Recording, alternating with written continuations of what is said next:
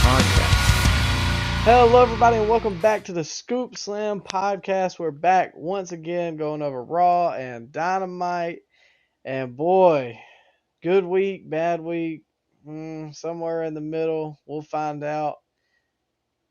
There's only one silver lining. Alabama football starts next week, so at least I got something to look forward to because Wednesdays definitely aren't going to keep me interested. But as always, I'm joined by my co-host. I hope we don't have to have a talent meeting backstage. It's Ryan. Yo, ready to be Scoop Slam, Micah. Let's do it.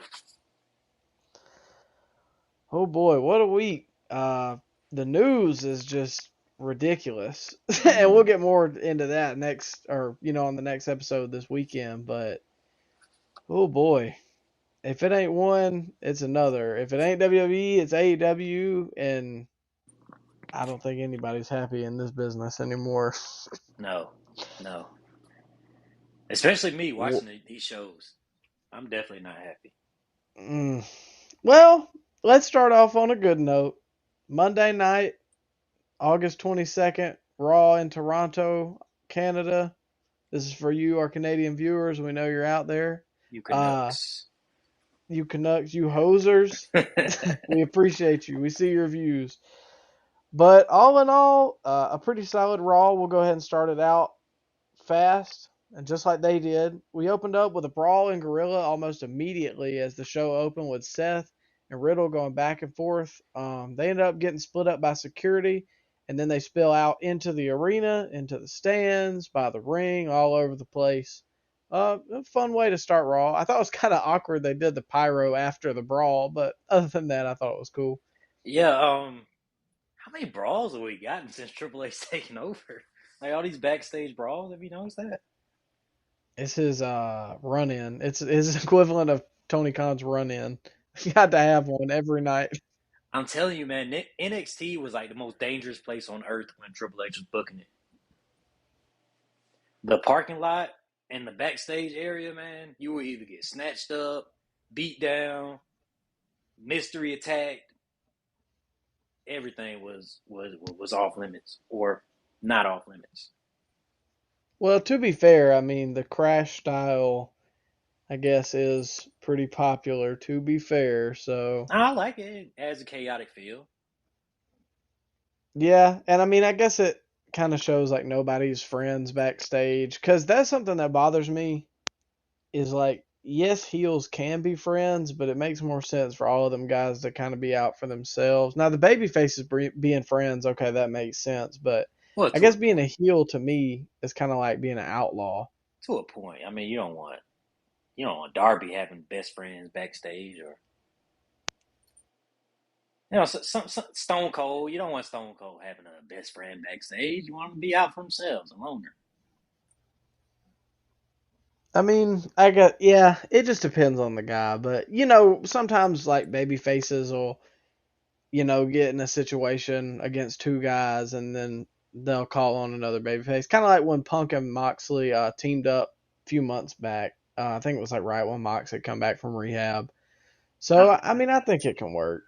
I don't remember that, but I take your word for it. I don't remember who they fought, but Maybe it was like 2.0 or something. it was FTR. It was FTR. What? They teamed against FTR? It was when he was doing the feud with MJF or the Pinnacle. Okay. That makes sense then. All right. Yeah. Well, anyways, we'll move on. There wasn't like really a ton. I thought it was kind of odd they didn't show up for the rest of the show. Well, they got thrown out the building. Oh, well, yeah, I guess that's true. Normally, I don't know, you'll see something keep going throughout the... You just want them to brawl all night, like them cut away, and then hour two, they cut back and they're still fighting and like catering or something. I mean, Punk that and would Mox be pretty did fun. Yeah, that would have been pretty funny, actually. I don't know. I would like that. Well, next up, we had Canada's own Trish Stratus, WWE legend, WWE Hall of Famer, making her way down to the ring. She got in saying that it's good to be back in a ring in front of all these people, and she's been thinking a lot lately. A lot of things have been on her mind, and as she kind of teases like she's gonna come back. She's interrupted by Bailey and Kai and Sky. It's gonna work. I'm telling you, they're listening. That's gonna be their team name. It's gonna stick. Bailey says that they're huge fans of Trish Stratus, but they ask her, what do you think you're doing here on our show?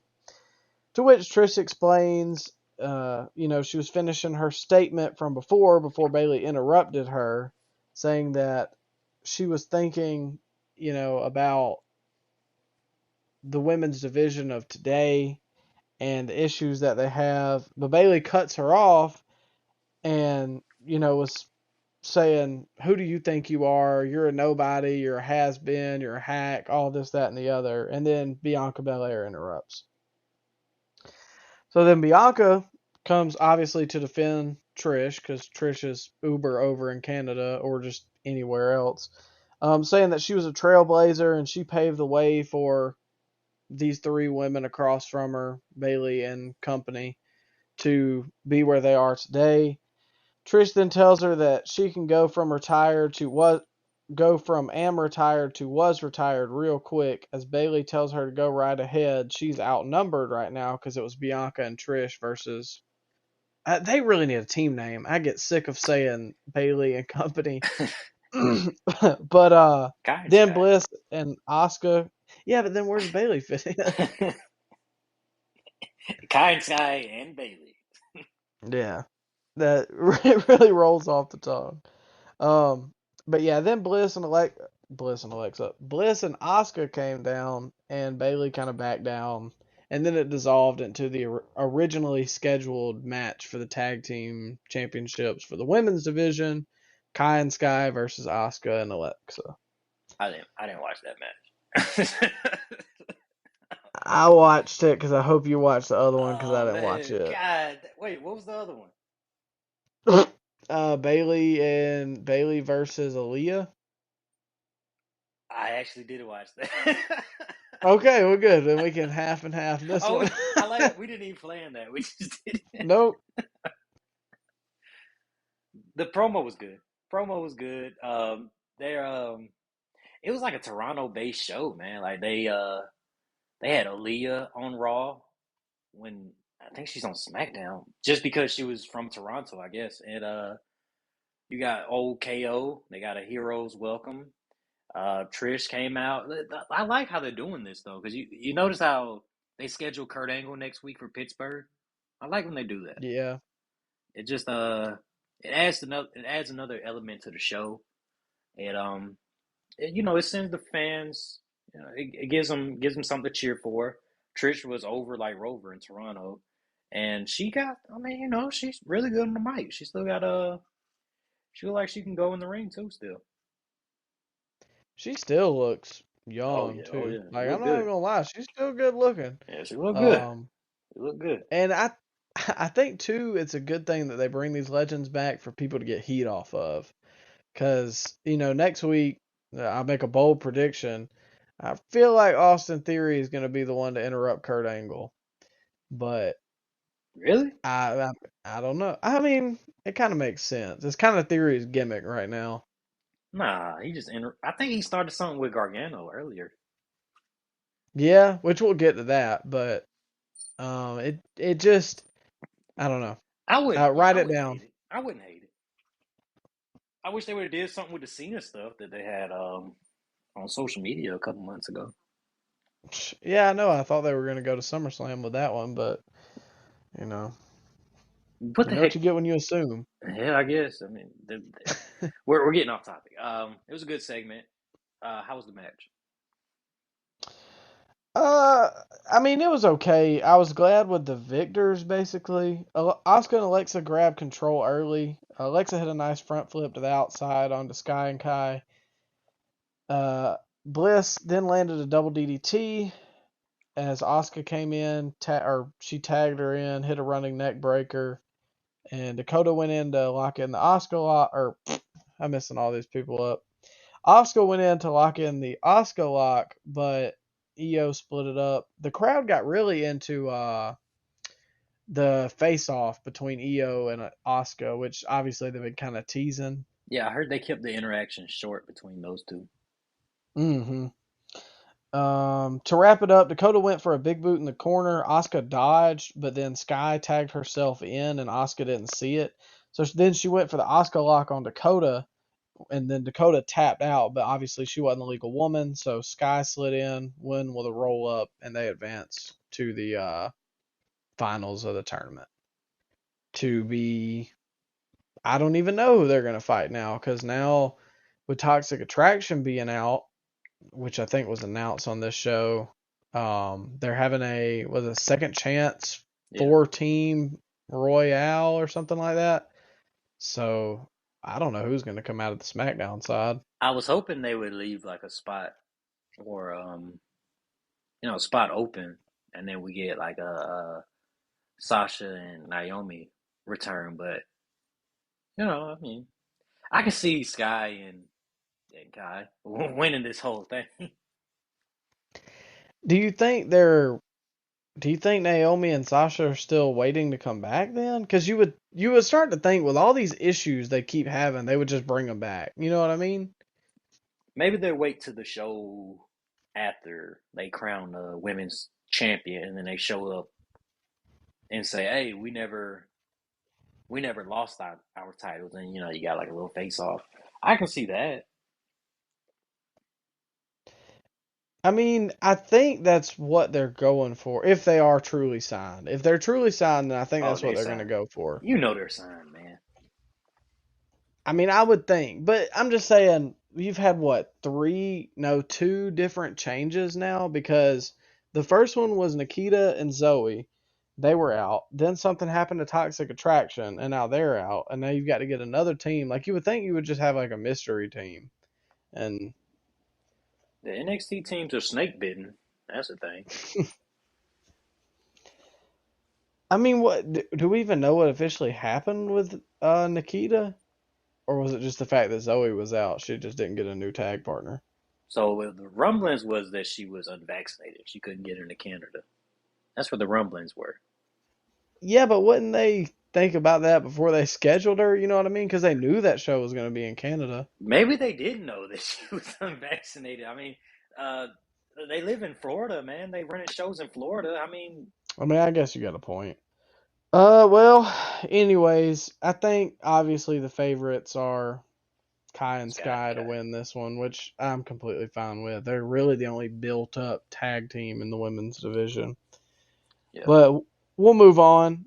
Next up, we had Dolph Ziggler in the back, and he was Yes, talking about sir. his experience in the ring and how Theory got the best of him last week, but he still felt like he could help him, learn how to be a pillar, a good person in this company and go about things the right way. And then Finn Balor interrupted.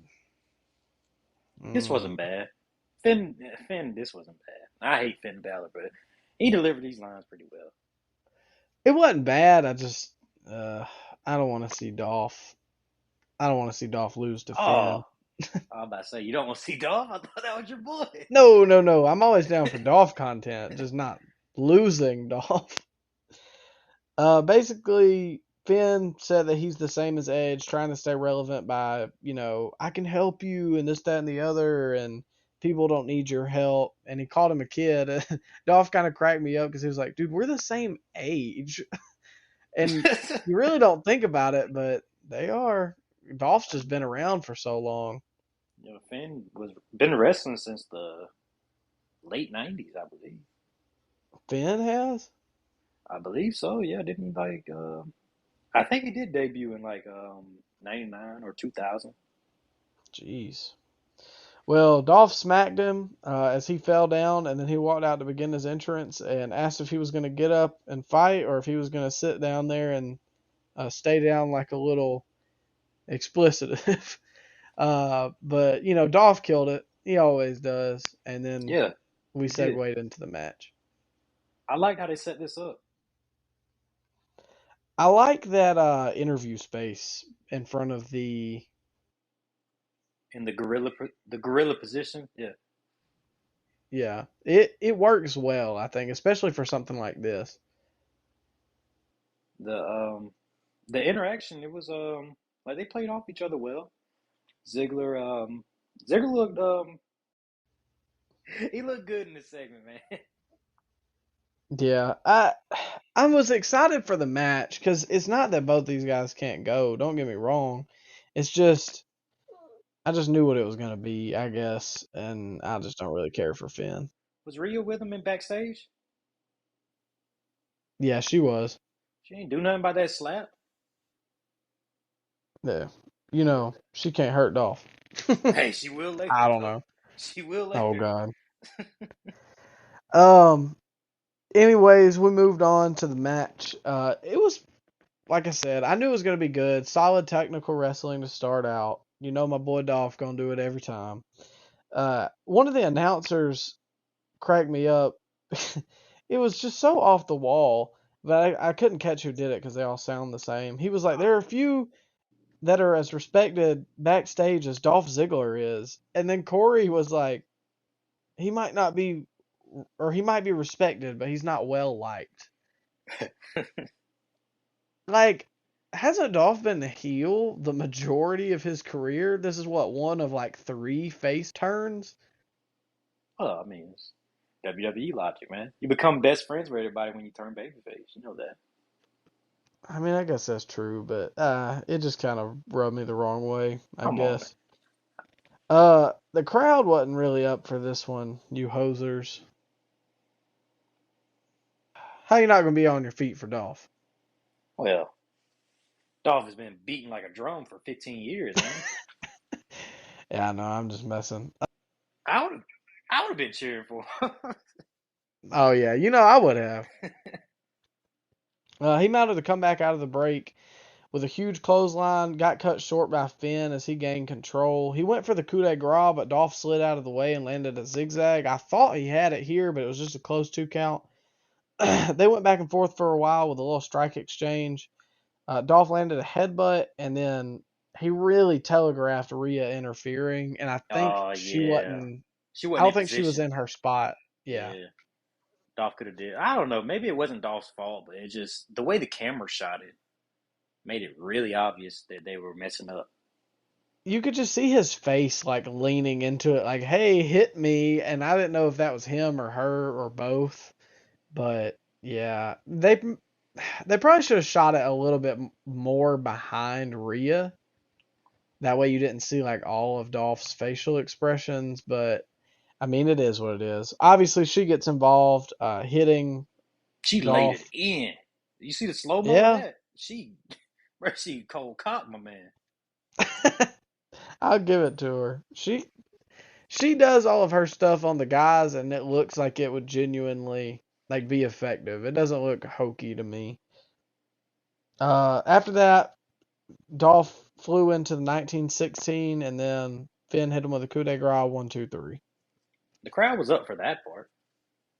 Yeah, by the end of it, just in the middle, they were kind of No, well, lulled. did you notice how they had a new entrance? I don't think I did. I noticed Priest had new music. Yeah, Balor, they remixed his theme. I don't think I recognized it. I'll have to hear it next week. And he didn't like do the arm waving thing, you know how he usually does on his regular theme. You know, like Yeah. how it kind of lines up with the music. He pushes his arms up and the lights like brighten. They didn't have that. Well, I mean, it was kind of he just didn't do that, but the music sounded really similar, just like in a darker fashion. Yeah, they gave new theme to Balor and Priest. I guess they have a team theme, and then separately they have their own theme, which I'm in favor of. I like that. Yeah, I mean, it gives them individuality. It just, Still no lyrics. Still no lyrics in these songs. oh God, don't get me started on that. It bothers me so bad because they all just sound exactly the same. It's not. It just makes them a bigger star when they have lyrics, man. I can't describe it. It's just I don't know. Well, their songs are just more recognizable. Look at Gargano. Look at the pop he got. People knew what Rebel Heart was. You know what I mean? So, It's just we're nitpicking. We're nitpicking. yeah, we'll move on. Okay. Aaliyah was in the back getting interviewed as Bailey and Sky and Kai, or No, it's Kai and Sky. I always get them mixed up. They interrupted saying that she was dumb for being here by herself, but then Trish stepped in saying that she's never alone. She grabbed the mic and inquired about Bailey's knee. When are you going to be healthy? This, that, and the other, kind of alluding to the fact that Bailey hasn't really made any mention of herself wrestling at all, other than at Clash at the Castle, This was but her more first match about her back. lackeys. This was her first Yeah. match back. Yeah. So then she challenges Aaliyah to a match tonight, and then the more interesting thing to me than this entire promo, you saw Adam Pearce walking through the backstage area with a picture of Dexter Loomis. Did you catch that? I didn't see that. No. Yeah, he was kind of like he was scouting or whatever, like looking around or something. But he had a picture of him, and it had some other guys in the background, but they were like X'd out. So I don't know. I just thought it was interesting. We'll get to that a little later, obviously. Definitely will. Let's see. Hold on, it scrolled all the way up. So then we move to the Alpha Academy Open Ooh. Challenge. Oh my. Match of the night, segment of the night. Yeah. Gable came out there saying that they're looking for new recruits, but he can't find anyone who isn't missing any teeth and hooked on Tim Hortons. And while the Canadians just got a kick out of that, all the American fans have no idea what they were talking about. Just as you think nobody's accepting, Kevin Owens' music ripped through the arena, and he's got the old duct tape shirt look, and he looks pissed off. Let me ask you this, because I didn't notice it until tonight, or until I was watching it. Did he get new tattoos recently, or has he had those sleeves for a while? He had the sleeves when he came back from injury a couple of years ago. So he's had his sleeves for quite a bit. Okay, because I seen during the match the old bull tattoo that he used to. It was just that, and so then I was like, wait a minute, he didn't always have those sleeves, but he looks a lot better with the sleeves rather than that just one random tattoo on his arm. That knockoff rock tattoo he has. Owens tore into Gable as he accepted the open challenge. They spilled to the outside, and he was just beating him to a pulp. Anytime Gable tried to pick up some steam, he was quickly chopped down. They got up on the apron, and Owens was trying to go for the power bomb, but Gable backdropped him, then turned around like fast as ever, hit him with a German onto the apron, which, you wouldn't catch me taking that one. Owens landed a pretty long sprog flash. I can't get it together tonight. He landed a pretty big frog splash that I thought was going to be the finish, but Gable managed to kick out. And I tell you what really shocked me. Gable went for a flying headbutt and landed it, which maybe I'm wrong, but that's like the first one I've seen on WWE in God knows how long. Brian used to do that back in his Yes Movement days. He used to do the headbutt. I remember him doing it in AEW. I just hadn't felt like I've seen it in WWE in a long When he time. came back from his concussion issues in WWE, he didn't do it. But during the Yes era, yeah, he did that headbutt a lot. Well, and two, they were in Canada, so I mean, Oh, come you on, man. know, Come on. I mean, You think they're trying to pay homage to Chris Benoit? I'm Come not on, saying man. Benoit was a great guy, but he Oh, had some interesting he moves. did have some good matches. Yeah. Owens picked up the win though with the pop-up power bomb and a hard-fought win. After the match, Otis ran in to attack him after the fact, but Owens threw him into the turnbuckle post, and he got he got stuck. I don't know if you saw that, but he turned his attention to Gable, and then he hit him with a stunner, and then he hit Otis with a stunner. I'm sorry, and then a power bomb to Gable on top of Otis. Bro, Otis is built so weird, man. He can't even put his arms down.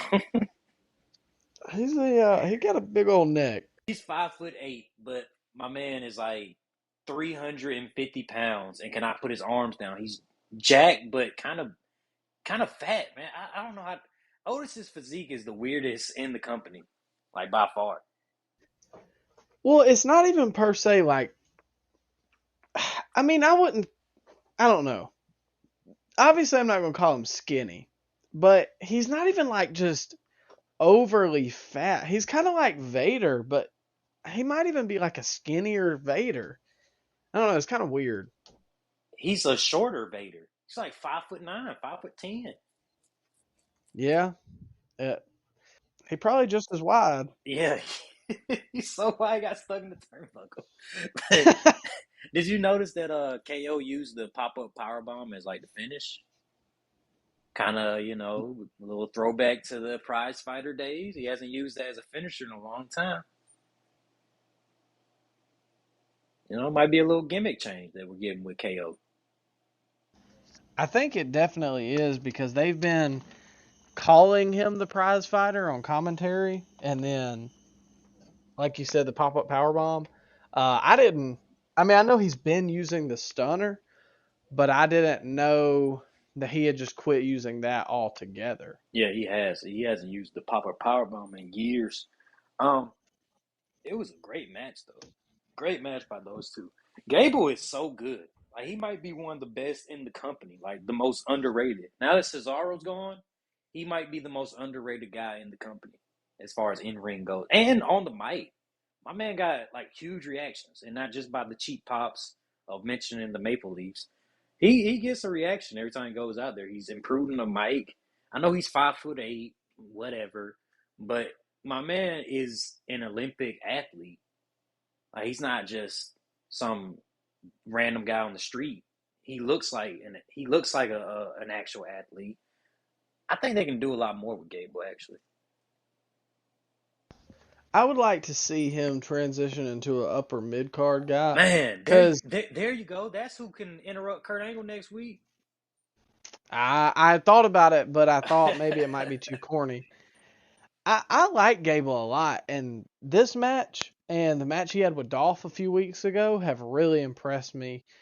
And he he's kind of a little corny to me, but he pulls it off well. I would Like, like to see them split him and Otis up, but at the same time, like, what are you gonna do with Otis?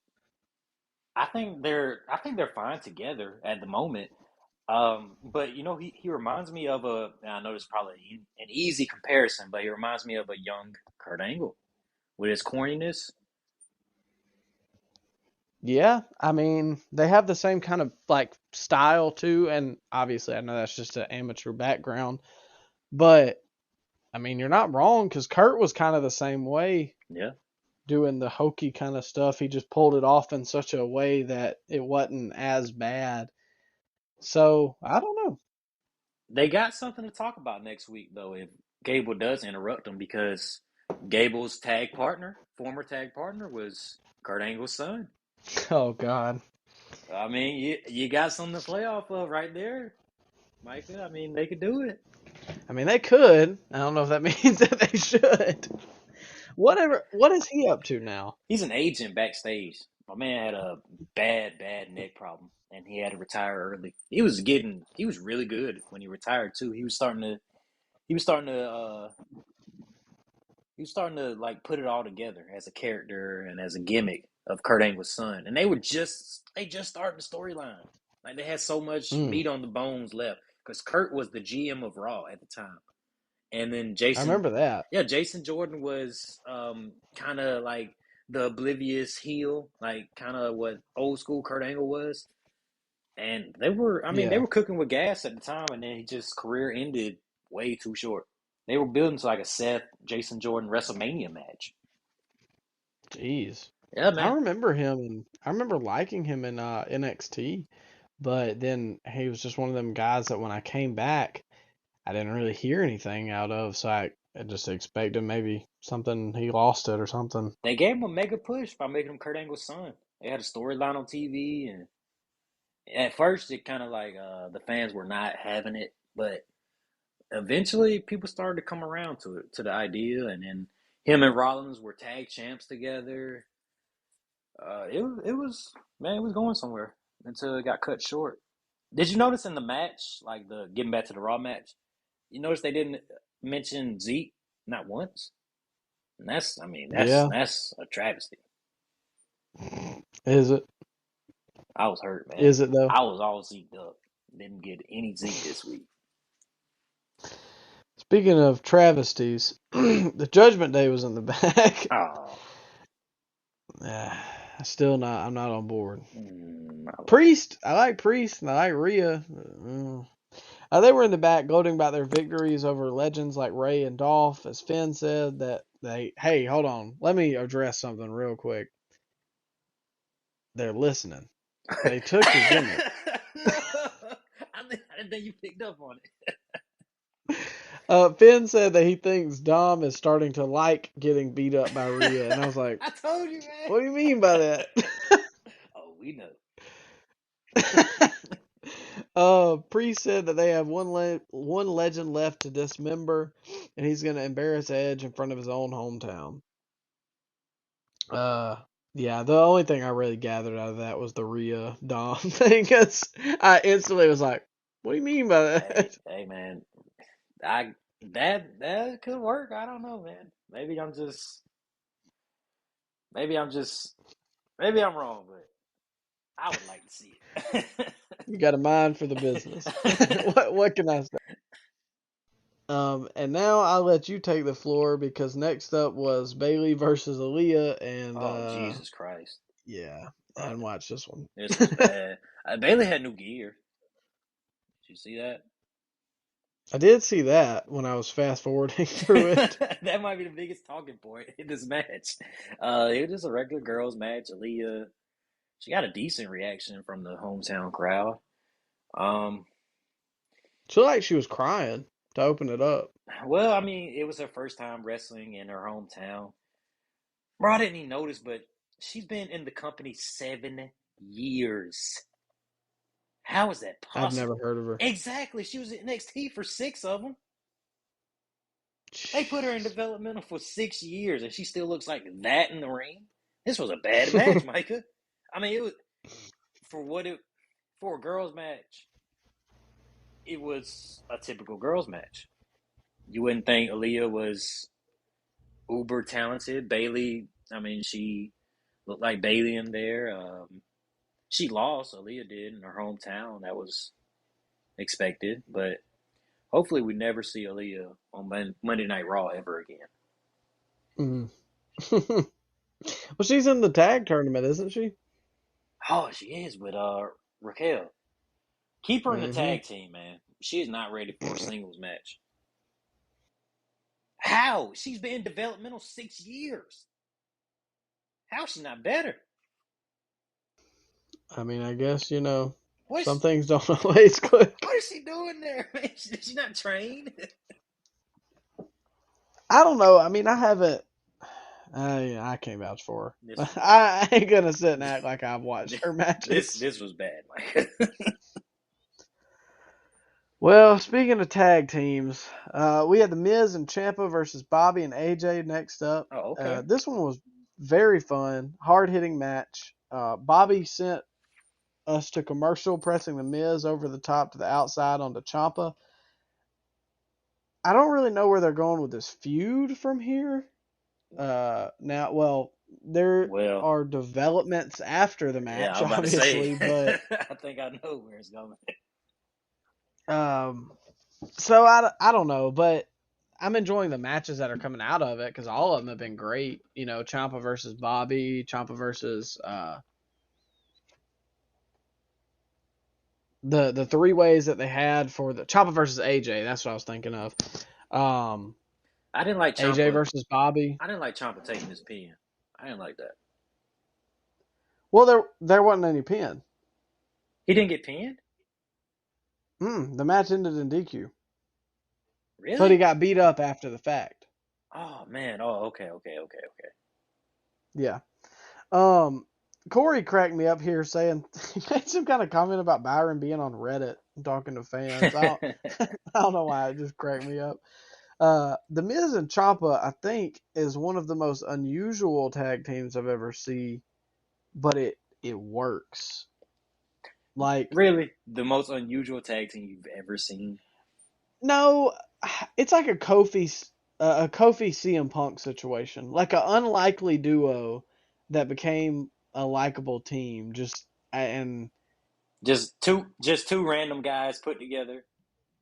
yeah, Not necessarily a comedy tag team, but two guys on the roster that aren't doing much. Yeah, I can see that. well, it's really not even just. I don't know. It's like everything they do. The little taunt they do on the outside when they cut to commercial, the little claps, the tandem moves they do. It all just flows better. Were you watching when Miz got over Damian Sandow? I Yeah. mean, that was that was probably a more unlikely team that actually worked. But I'm just like, where are we going with this? Like, Miz got abducted, man. Where is is Champa involved in this abduction or?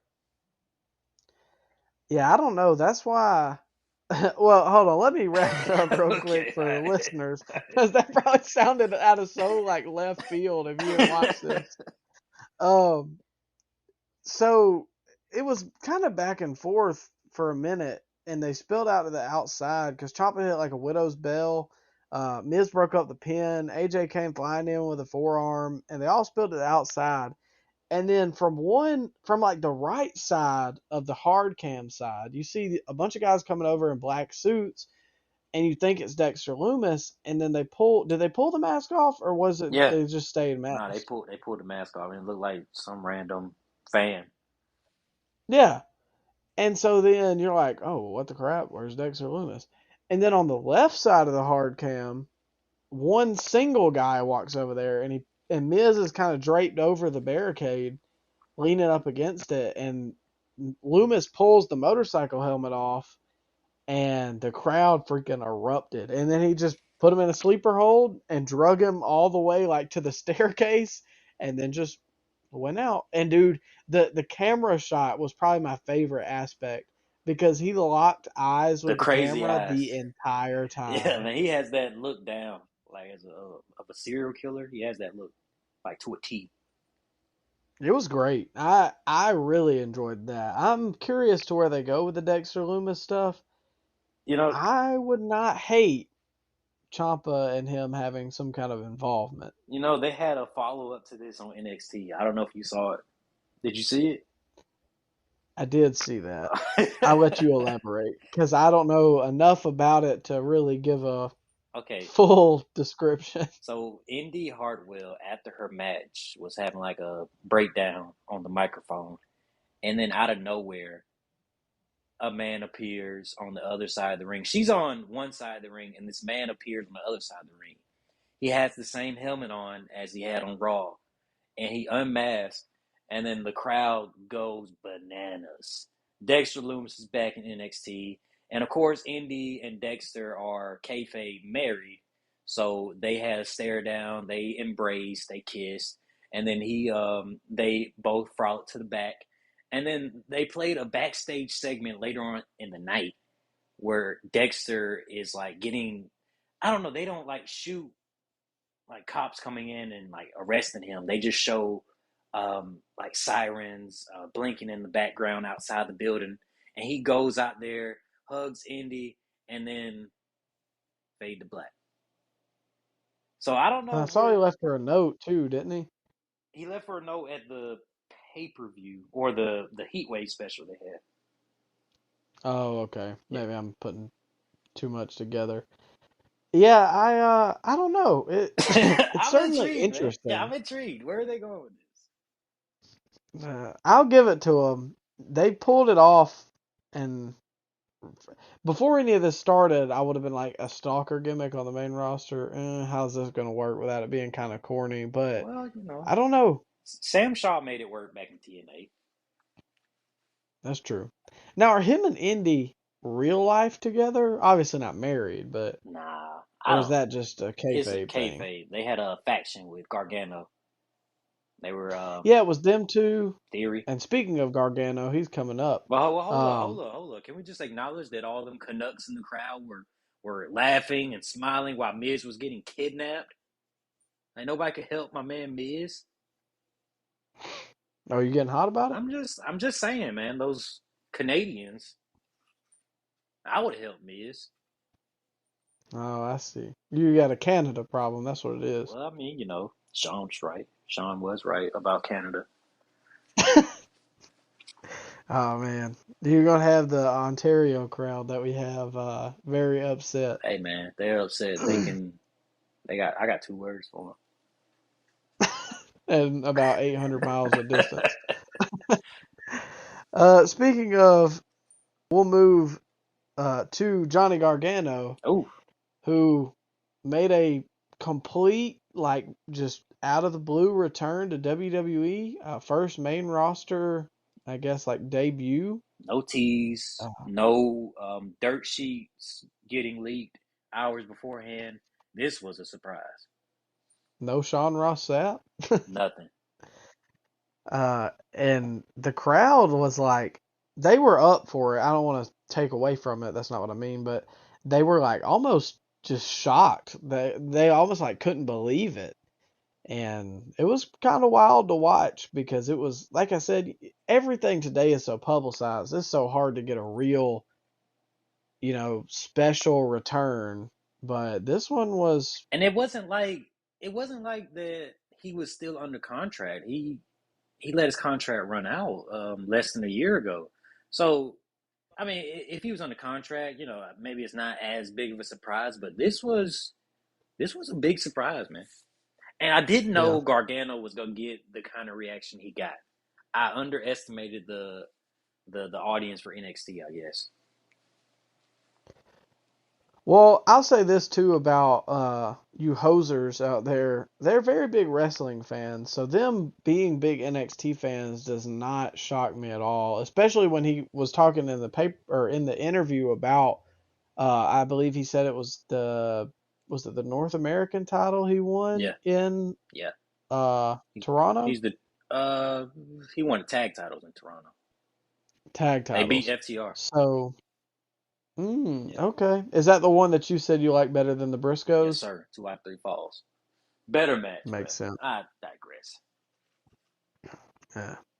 I mean, it's not like you're biased or anything. Oh no, sir. But anyways, he said it's been a long 9 months, and he starts running down, who he is and all his accomplishments, which I really enjoyed because personally, as a Laps fan, I've never seen a Johnny Gargano match. I don't really know anything about him. His strong suit is not on the mic. We'll say that. Well, I know that.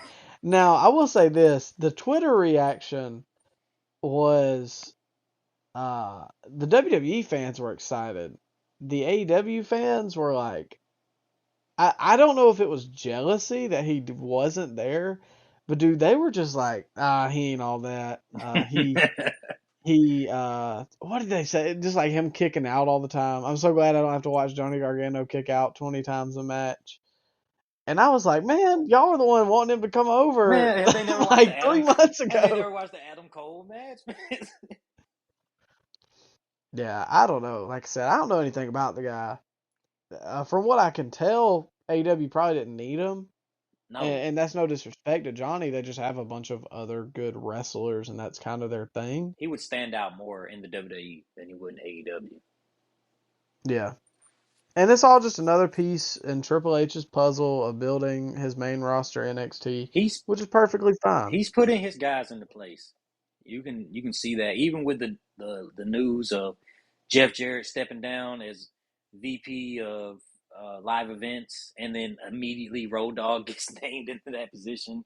Triple H is putting his guys Yeah. back, and I've been hearing that he's not done building his team. So I wouldn't be surprised if William Regal made a comeback. I really wouldn't at this point. I don't see Regal leaving. He's already got a contract signed. But do we know how long this contract is for? How do we know it's not on like an appearance basis? We don't know. It could I be. doubt it. It could As be. many times as he shows up, I don't think it's an appearance basis. We don't. Man, how many? There's guys that are on appearance basis and they show up a lot too. I just okay. William Regal is different though. I feel like, and we were there in Revolution, Yeah. um, and that was when he showed up for the first time. I imagine he probably signed a 2 to 3 year But deal. Micah, He's if probably it's, locked down. I would assume it was a 2 to 3 year deal if he was in the office. Why would you sign a 3 year deal for a William Regal on air talent? Why? He's just throwing money down the drain. Like, if he has nothing to I do with mean, backstage, why would you pay William Regal to be a manager? maybe Regal's sick of the backstage. I can see Regal going back.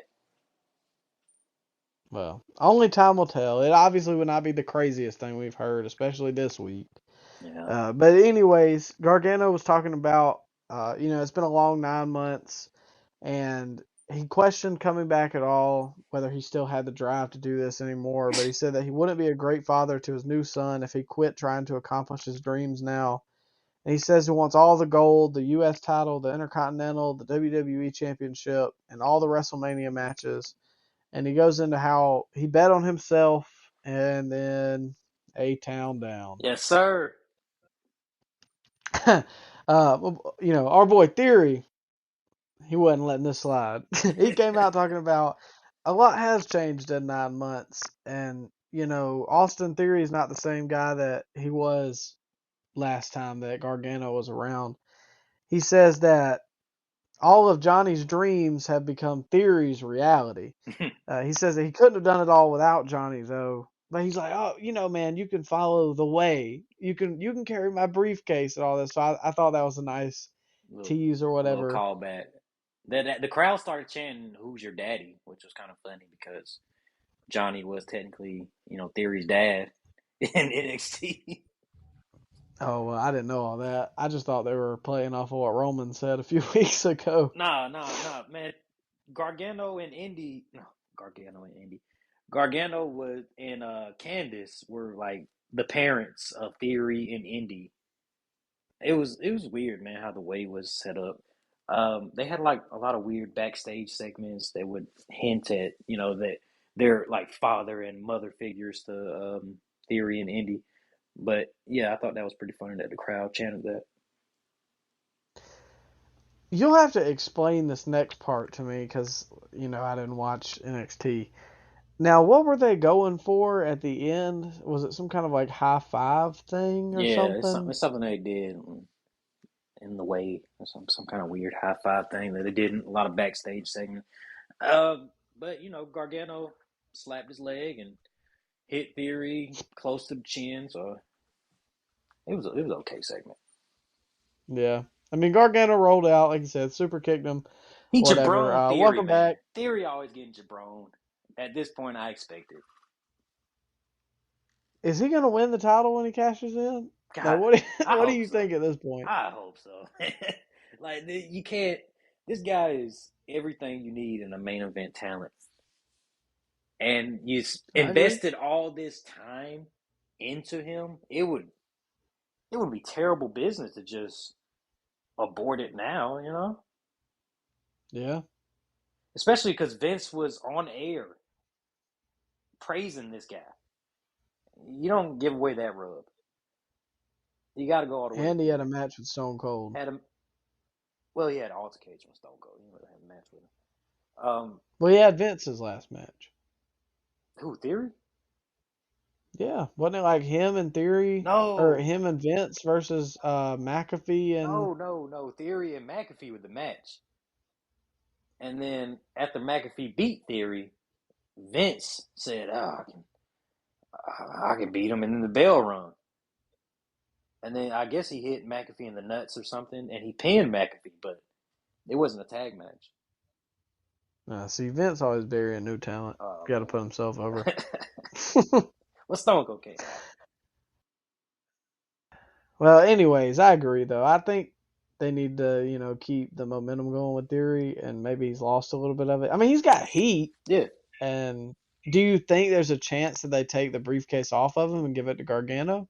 no, sir, not Gargano. He just got back. I can see them having a program together. I don't see the Money in the Bank getting involved. I would hope not, but I don't know, man. Triple H does love him some Gargano. In all honesty, I feel like Theory looks better to me. The Money in the Bank briefcase kind of works better on a heel.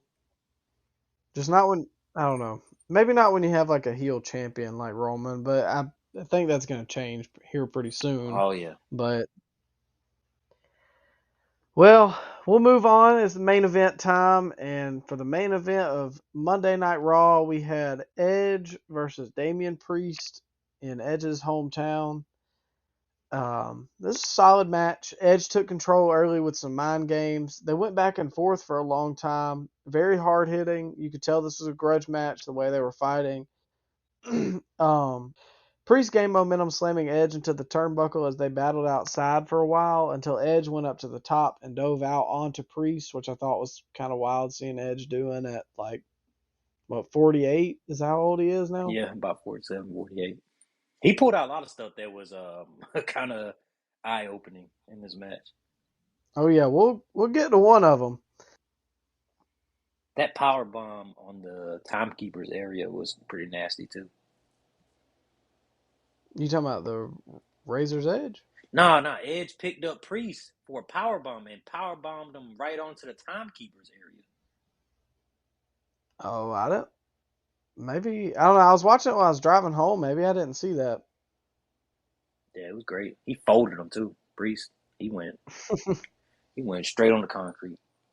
As they regained their composure, Priest took it to Edge, hitting the Razor's Edge onto him through the announce table to send us to the break. So we go to commercial, come back, and then they're on the top rope. Edge landed a Hurricane Rana off the top, which I was like, again, holy crap, he's 48. But like you said, he was busting out all the tricks here for his hometown. He was dialing up the spear, but Priest reversed it into a kill switch, which I didn't know if you heard it, but they didn't know what to call it on the commentary. Priest took control after this, but he wanted to add insult to injury and went for the spear. Edge reversed it into the South of Heaven that Priest uses, which is like a sit-out choke slam type deal. That looked good. Yeah, it did. It I've never really, I don't know. This might have been the first Priest match, one-on-one Priest match I've seen in a while, maybe at all. Yeah, because you started back watching the product pretty recently, right? I was like when we started the podcast, I might have watched 2 weeks before that, but that was about it. I mean, I've kept up with it. I just didn't Priest watch is it. good, man. Priest is good. He's always been good. When he was in ROH, he was good. I like him here. I think he's better alone rather than a tag team. To me, he just stands out more. They started to go back and forth before Priest flung Edge into a ref, knocking him outside. So then Priest grabbed a chair and tries to go for the concerto, but Edge moved out of the way, and he broke the bar off the bottom of the chair and started choking Priest out like they did him before. Edge gets going, starts dialing up the spear, but Priest picks up that pipe from the chair and clocks him with it as the ref came back in for a close 2 count. I honestly thought Priest might go over right there. I wanted Priest to go over so bad right there. I mean, it would have made sense, and if they were going to continue the feud, I wouldn't have hated it, but the way they ended it, I get it. Priest goes for another Razor's Edge, but he slides out of it and landed a Canadian Destroyer. Jesus 48-year-old Christ. Edge. I don't think I've ever seen him do a Canadian Destroyer, much No. less at this age. And he's a tall boy. Edge Yeah, is what, 6'5", 6'6"? and Priest is bigger than him, so to do it to him, too, it's a little scary, but I'm glad it worked out for him. After this, he dialed up the spear, 1, 2, 3, and Edge picked up the win in his hometown. A Canadian Destroyer on Monday Night Raw. It's a new Has era. that has that ever happened? I It cannot reminds think me, of. I I was can't going to think of. say, it reminds me of when Punk and Cena used that pile driver in Oh, that was 2013, and great. everybody was like, oh my God. That was great. I love that match. But yeah, that's probably the last pile driver that was on like an actual weekly television for WWE. I can't think of Yeah. another one. I like they keep it so special like that. Yeah, and it But makes it more impactful too, especially, I mean, not to dog AEW so bad, oh, but here we go. they use like pile drivers and crap, and it just take. I know the DDT used to be a finish, and I know the super kick did too, but the pile drivers, man, that's an effective move. That actually looks like it would hurt somebody. Bro, I've And literally seen the Lucha Brothers hit a Canadian destroyer from the top rope and somebody kick out. Like I I've don't literally doubt it. seen that on I've seen that on AEW television. Like how? Bro, you should be dead. But I here mean, they kind of protected it a little bit and you know, you can hit a Canadian destroyer. I mean, we were in Canada. Edge is Canadian, so it made sense. it fit the bill. Yeah, I Uh, really wanted Priest to go over though. I I'm ready for the Judgment Day to be over, and I Come like on, man, Edge, give it a so. shot. Give it a shot. You don't want to see Dom join this thing, and maybe we get Rhea dominating Dom. Maybe get him in a mask. And a dog Or, collar too, and a gimp yeah, suit. Let yeah. him hit up carrying cross. Come on, man. He could be Rhea's valet. Oh God, I don't know. I don't think Dom's got the charisma for it, but we'll see. After the match, Edge went to the outside to grab two chairs to fully put an end to this feud with Priest, but then Rhea comes from behind with a low blow. Finn came out of nowhere, slides in, climbs to the top, lands a coup de grace. And as Finn goes to grab the chair from the outside that Edge had kind of like threw when he got low blowed or whatever, Beth Phoenix comes and snatches it away as she hopped in the ring ready to go with the chair as the Judgment Day backs down and Raw closes. So, hey man, we predicted it. I just want to say that first off. We did, and I predicted that Loomis was going after Miz too. Yeah. And we said it was either AJ or Miz, and that was the two guys that they attacked. Man, they're listening. They are listening. Can you see that? Is this going to lead to a six man with Beth and Ray and Edge? I wouldn't hate it. I thought it may be going to a mixed tag match, but I don't know. No disrespect to Beth, but I kind of don't want that to be like Edge's thing because he's had like what, two or three of those now. I think he just had one, right? He had a mixed tag match with Miz, Maurice, and it was Edge and Beth. I don't think they had one, Oh, well, never right? mind then. Oh, it could Maybe have I'm been two. wrong.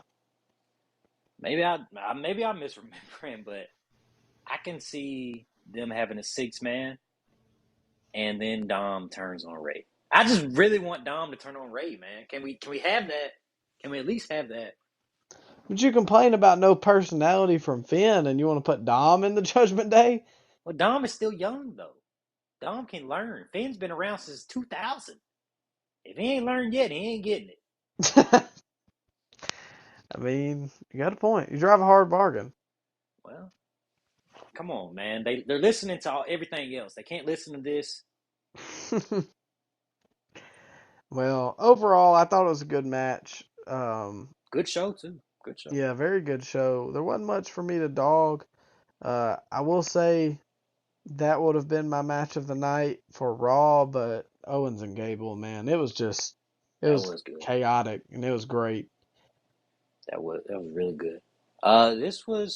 This had crowd heat, and I don't know. Maybe this match wasn't the better wrestling match. It just had better fan interaction, and it had like more of that chaotic feel. It had more of an old school Attitude Era feel with the ref bump. So I mean, this was probably my match of the night: Edge and Priest.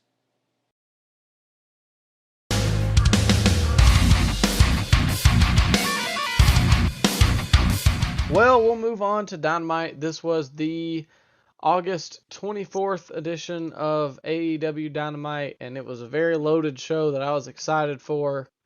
What? And boy, they crapped all over my Cheerios for this one. I was excited for the show to start off with. We Were got you? Punk and we got Punk and Mox. Got Dax and Jay Lethal. I thought was going to be good. I mean, I knew what the Death Triangle Aussie Open match was going to be, but I thought it was going to be Yeah, interesting. No, man. This show on bro, this show on paper. Come on, man. Yeah, what Kylie King versus Dr. Britt Baker, Billy Gunn versus Colton Gunn. You thought it was gonna be a good show. I thought it was going to be rectified by the rest of the the good segments. The But then what I booking, thought would be the good segments were the worst segments of the night. yes, absolutely. The booking was atrocious, and it drove the whole show down. This was my worst show of the week, least favorite show I watched of the week, and I watched NXT this week, and Mm. it was my least favorite show. Man, that match with Wendy Chu versus uh Tiffany Stratton was a better match than the Punk Moxley match. Is it a barn At least burner? it had no, it wasn't, but at least it had a better outcome, man. You had a finish where they scoop slam somebody on the Legos, which we have to write that down. That was a scoop slam. Scoop Oh slam did God. happen in that. But yeah, man, Moxley and Punk, I can't believe they did it. They put over Moxley, man. They Well, did it. let's work our way there. Okay, all right, I'm ready. I'm fired up already. I'm ready to go. We'll fly through the rest of this because that's the oh God, that's That's the the meat. talking point. Yeah, that's the meat and potatoes of this program right here. Jericho opened up the show saying that there was an issue that needed to be ironed out with Garcia, and he introduces him out as a future AEW World Champion. What? I don't know about you. Didn't hear that? What? I don't know about that one, but okay. The crowd was behind Garcia here. Before he even said anything, they were electric for him. Oh Jericho my quieted him god. down, saying, he understands that there was a lot going on last week. He had fought Bryan Danielson to a draw, or almost to a draw, but Danielson picked up the win at the end, and it was his idol, so he understands it was a big Yeah. time moment, but Garcia needs to apologize for his actions regardless. He's all he wants is an apology, and it's all water under the bridge. Garcia lights into him, saying, you ruined my moment against one of my heroes, one of the guys that I Jesus. dreamed of wrestling as a kid. Jesus Christ. He was And almost then in tears, man. he said, and I quote, that people are saying that it is the best match in Dynamite history. I almost turned off the show. I almost Who turned is off the show, saying man. that? Nobody said that. Nobody. Like, What? who? And I hate how I don't like when they mention, oh, it was such a great match. Like, that's not wrestling is supposed to be, it's supposed to be an athletic contest. Like, if you had a great match, doesn't that mean you did a bad job? Like, Yeah, I guess. you're supposed to want a win. What? Oh, God. Michael, man, save me, man. The crowd chanted, "You're a wrestler." What does that mean? You're a wrestler? Well, of course, he's in a wrestling ring. What do they want him to be? Well, I think it's, sports entertainment. We Oh don't like God. that type thing. Oh yeah. Basement I mean, dwellers. oh God. He said that it was a dream of his to be respected by Danielson like that, and Jericho just had to stick his nose in it as he always does. He tells him he's one of the greatest wrestlers of all time, or I'm sorry, greatest sports entertainers of all time. He asked him to. He asked Jericho asked Daniel. Sorry, there's a lot of Daniels and A lot sports of entertainer pay. and wrestling in these notes. Yeah, a lot of Daniels on this program. Jericho asked Garcia to admit that he's a sports entertainer, not a wrestler, and then Danielson interrupts. So then he comes out here saying, I don't care what you call it. He pulls one out of Drew's book. We're wrestlers in a wrestling ring. We're all wrestlers. To which Jericho yells at Garcia, "No, you're a sports entertainer." It felt like a horrible divorce on like Jerry Springer or something. Um, Jericho then just starts lighting into him still about no, no, no, you're a sports entertainer, you're a sports entertainer. And Garcia just like flips out, basically, telling him to stop, screaming at him.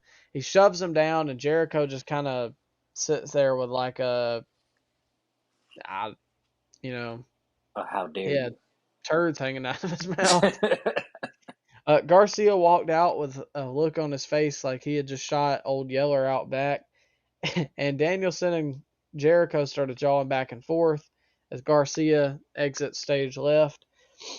Jericho said that, he hears all the talk all the time. Danielson's the greatest wrestler of all time, and he's got all these great matches, and yada, yada, yada. He said, but he hasn't seen any of it in any time that he's ever worked with him. And he says that, why don't you prove it then? So Danielson says, well, if I were to ask Stu, since you want to claim that you're the last survivor of the Heart Dungeon, if I were to ask Stu what he thought of you, what would he say? If I asked Owen what he thought, who would he say was better between me or you? Or, Danielson or Jericho? And so Wait a then minute. Jericho, Wait a minute. Whoa, whoa, whoa. Pause, pause, pause. yeah. I was thinking about this. How was Jericho the last member of the Heart Dungeon when Natalia was literally trained in the Heart Dungeon? And I don't know. Davy Boy Smith Jr. was trained in the Heart Dungeon, right? Tyson Kidd too. Was it maybe when Stu was alive? I think Stu died in what, 2010 maybe.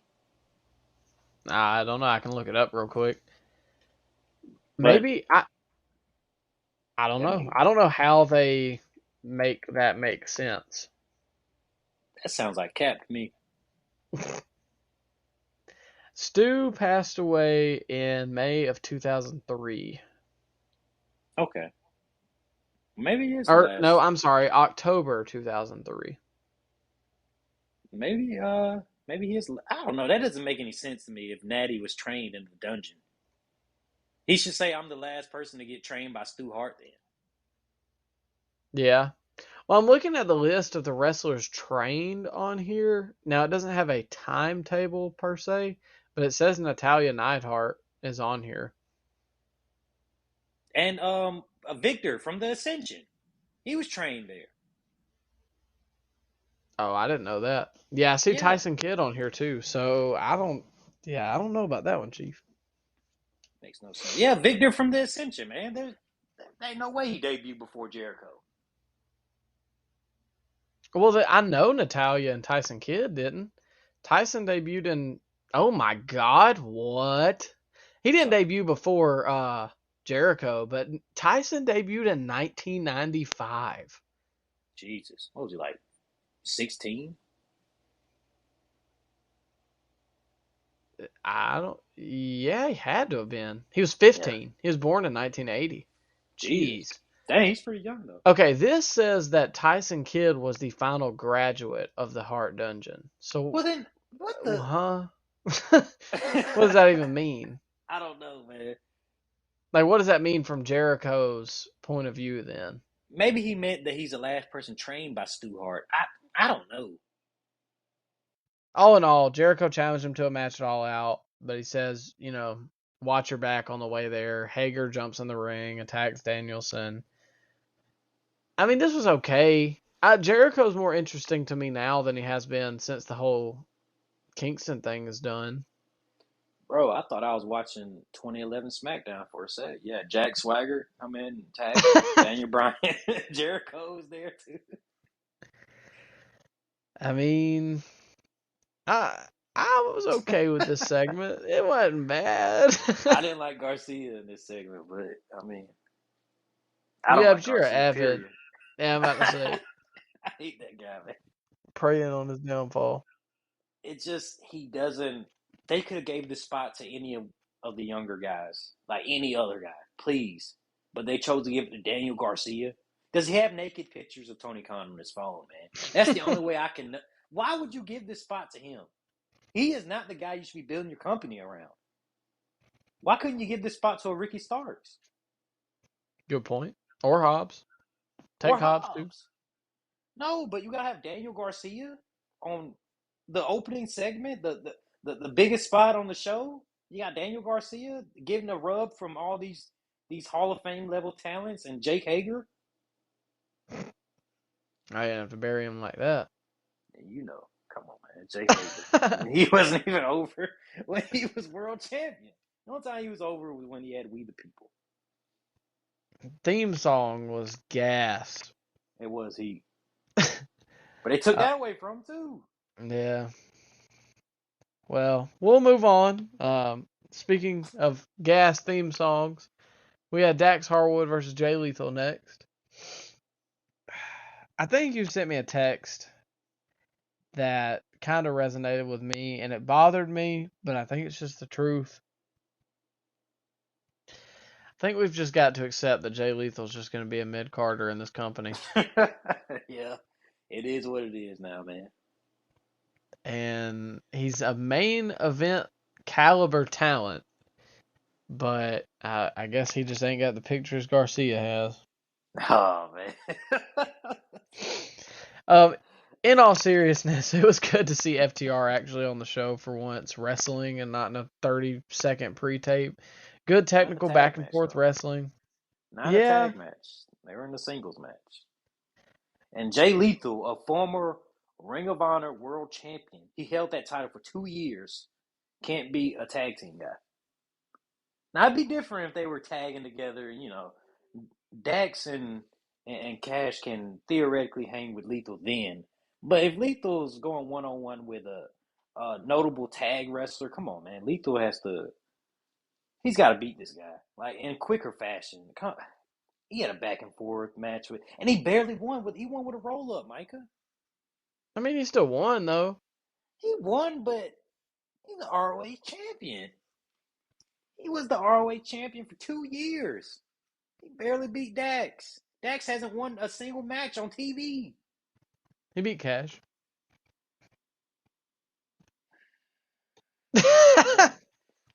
Just man, they just don't see Lethal like that, and it makes me sad. He's just, I mean, he's a lower mid card guy. I see your point. It makes me ill, but it just is what it is. I thought it was a good match though. They landed some. Yeah. The chops were horrible. Like, oh my god, not horrible in a bad way. Just like, made my butthole pucker. It was, oh my god, dude.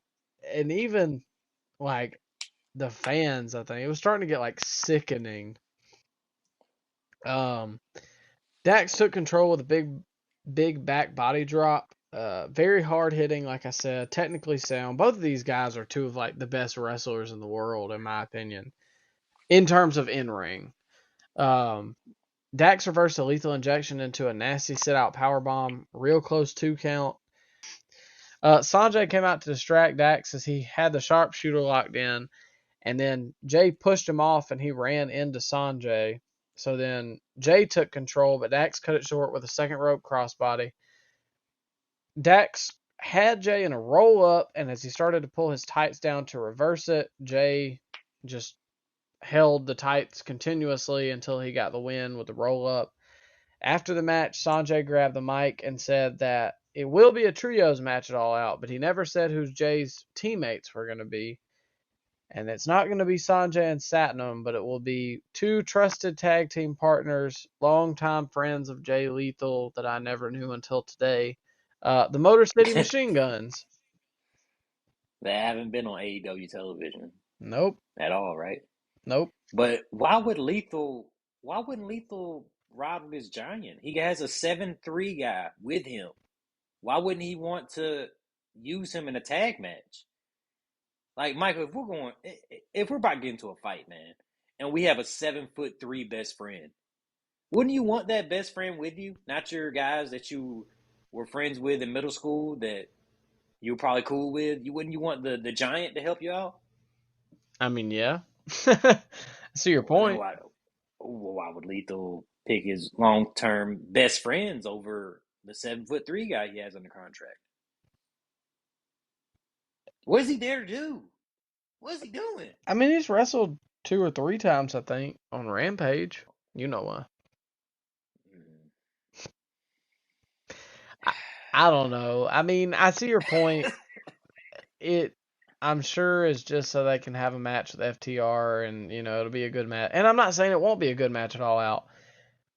But like Wardlow and It came out of FTR, nowhere. yeah, and Wardlow and FTR are just losing steam every day, every waking minute. Wardlow wasn't he on the show, was he? No, TNT champ, and he's on the show less now. I just A don't lot of get it. guys would be. Darby ain't been on the show either. Now he was Remember, he, just he just on. had a big what? He was on with the coffin match. That was like last week. Yeah, that was 2 weeks ago, wasn't it? No, maybe it was. Bro, man, he had all that momentum coming out of that match, and that, that's it. No Black, no Malachi. Malachi Black wasn't there, and Miro didn't cut a promo on God. What was this show, man? Why do these guys always go missing? I don't know. I It just think, it feels so disjointed at times. Like you'll see something you like, and then you won't see them again for 4 weeks. Like remember Ethan Page cut that good promo that we liked? yeah. Where's he been? No follow up, nothing. I don't know. I just some guys I really just think should be on TV more than other guys. Don't get me wrong. The Gun Club's cool. Do I need to see them fight Billy Gunn the week after the development happened? Like, where's Miro been?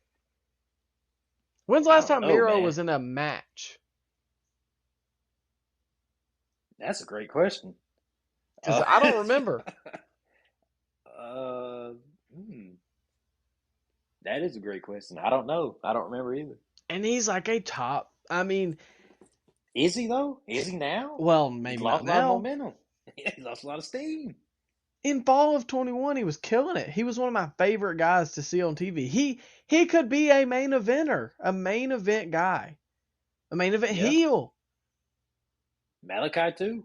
Yeah. And what do? They have like 5 main event guys because they don't build anybody else up. Micah, they just had what was it? Andrade, what's his name? In Andrade El Idolo. He turned on his tag partner last week, and then there was no follow up the next week. Why did he do that? We don't know. We won't know. If we do find out, we won't see it on TV. No, we'll find What are out we probably in doing? September. What are we doing? We got a pay per view a week and a half away. What matches have been announced? Um, Jade and Athena.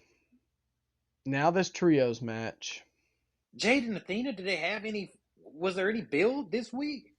I think on Rampage. Go figure. The jokes man just write himself. I guess Swerve and Our Glory versus. That literally popped up this last Dynamite. It popped up. So a week and a half of build. Yeah, no, it's on this Dynamite. Okay, so it happened on this Dynamite. So it'll have 2 weeks of build. No, a week and a half. You're right, because it's got next Dynamite and then that Saturday or that Sunday. They really have nothing. What are they fighting for? They're both baby faces. It's Ah. not like the Acclaimed are number one contenders. FTR is supposedly the number one contenders, right? They are. It don't seem like it. Yeah, and then they've got the women's tag match, the trios tournament final. We don't know what's happening with the world title. Uh, I don't know. That's the thing. Like, even Double or Nothing. What storylines were going into the show for the belts? Punk and Page, which had 2 weeks, 3 weeks of build, maybe. Um, the tag titles were in a 3-way between Jurassic Express, Swerve in Our Glory, and Team Taz. No And build. they legit did 3-way tag matches for the titles at 3 straight pay per views. Yeah. Um. Then what else was there? Scorpio Sky and Sammy were in a 3-way match, or not Yeah, 3-way, a 6-man tag.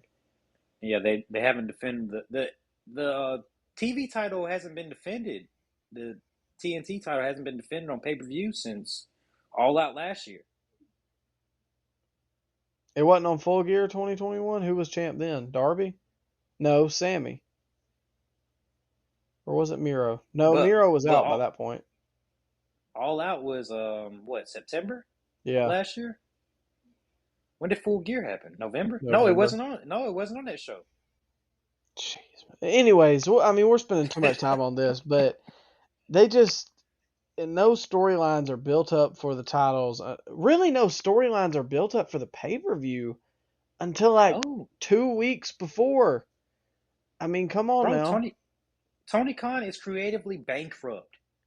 Like, how can people still defend this show? This is bad, Micah. These are no storylines. They don't care about the titles half the time. You got people that you like show up one week and then gone for three more. What are we doing? What are we doing here? I mean, I don't know. I'm It's not gonna two-time say Booker of the that Year. it's been just atrocious. Now the summer has not been great, but there have been a few weeks So, here on the podcast that I've given Dynamite Show of the Week, but it's not most of the time, bro, it's been trash. and it definitely wasn't this week. But If we were not reviewing this show, I would not be watching the show weekly. I would just be watching clips on Reddit. I I would would. not be watching this. No, I would not be watching this, man. There's no reason. There's no reason to watch it. There's no storylines. What's happening? Nothing.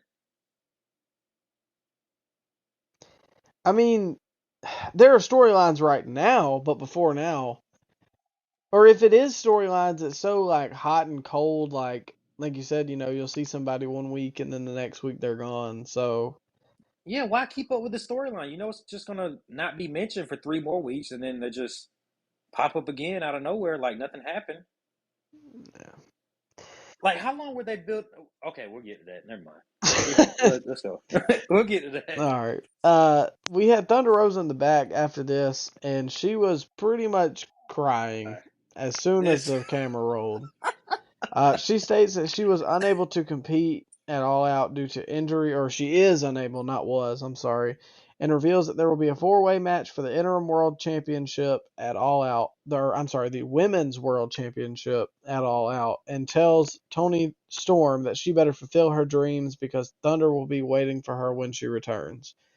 So this was completely out of left field, had not heard anything, and apparently the story going around is I don't per se buy it.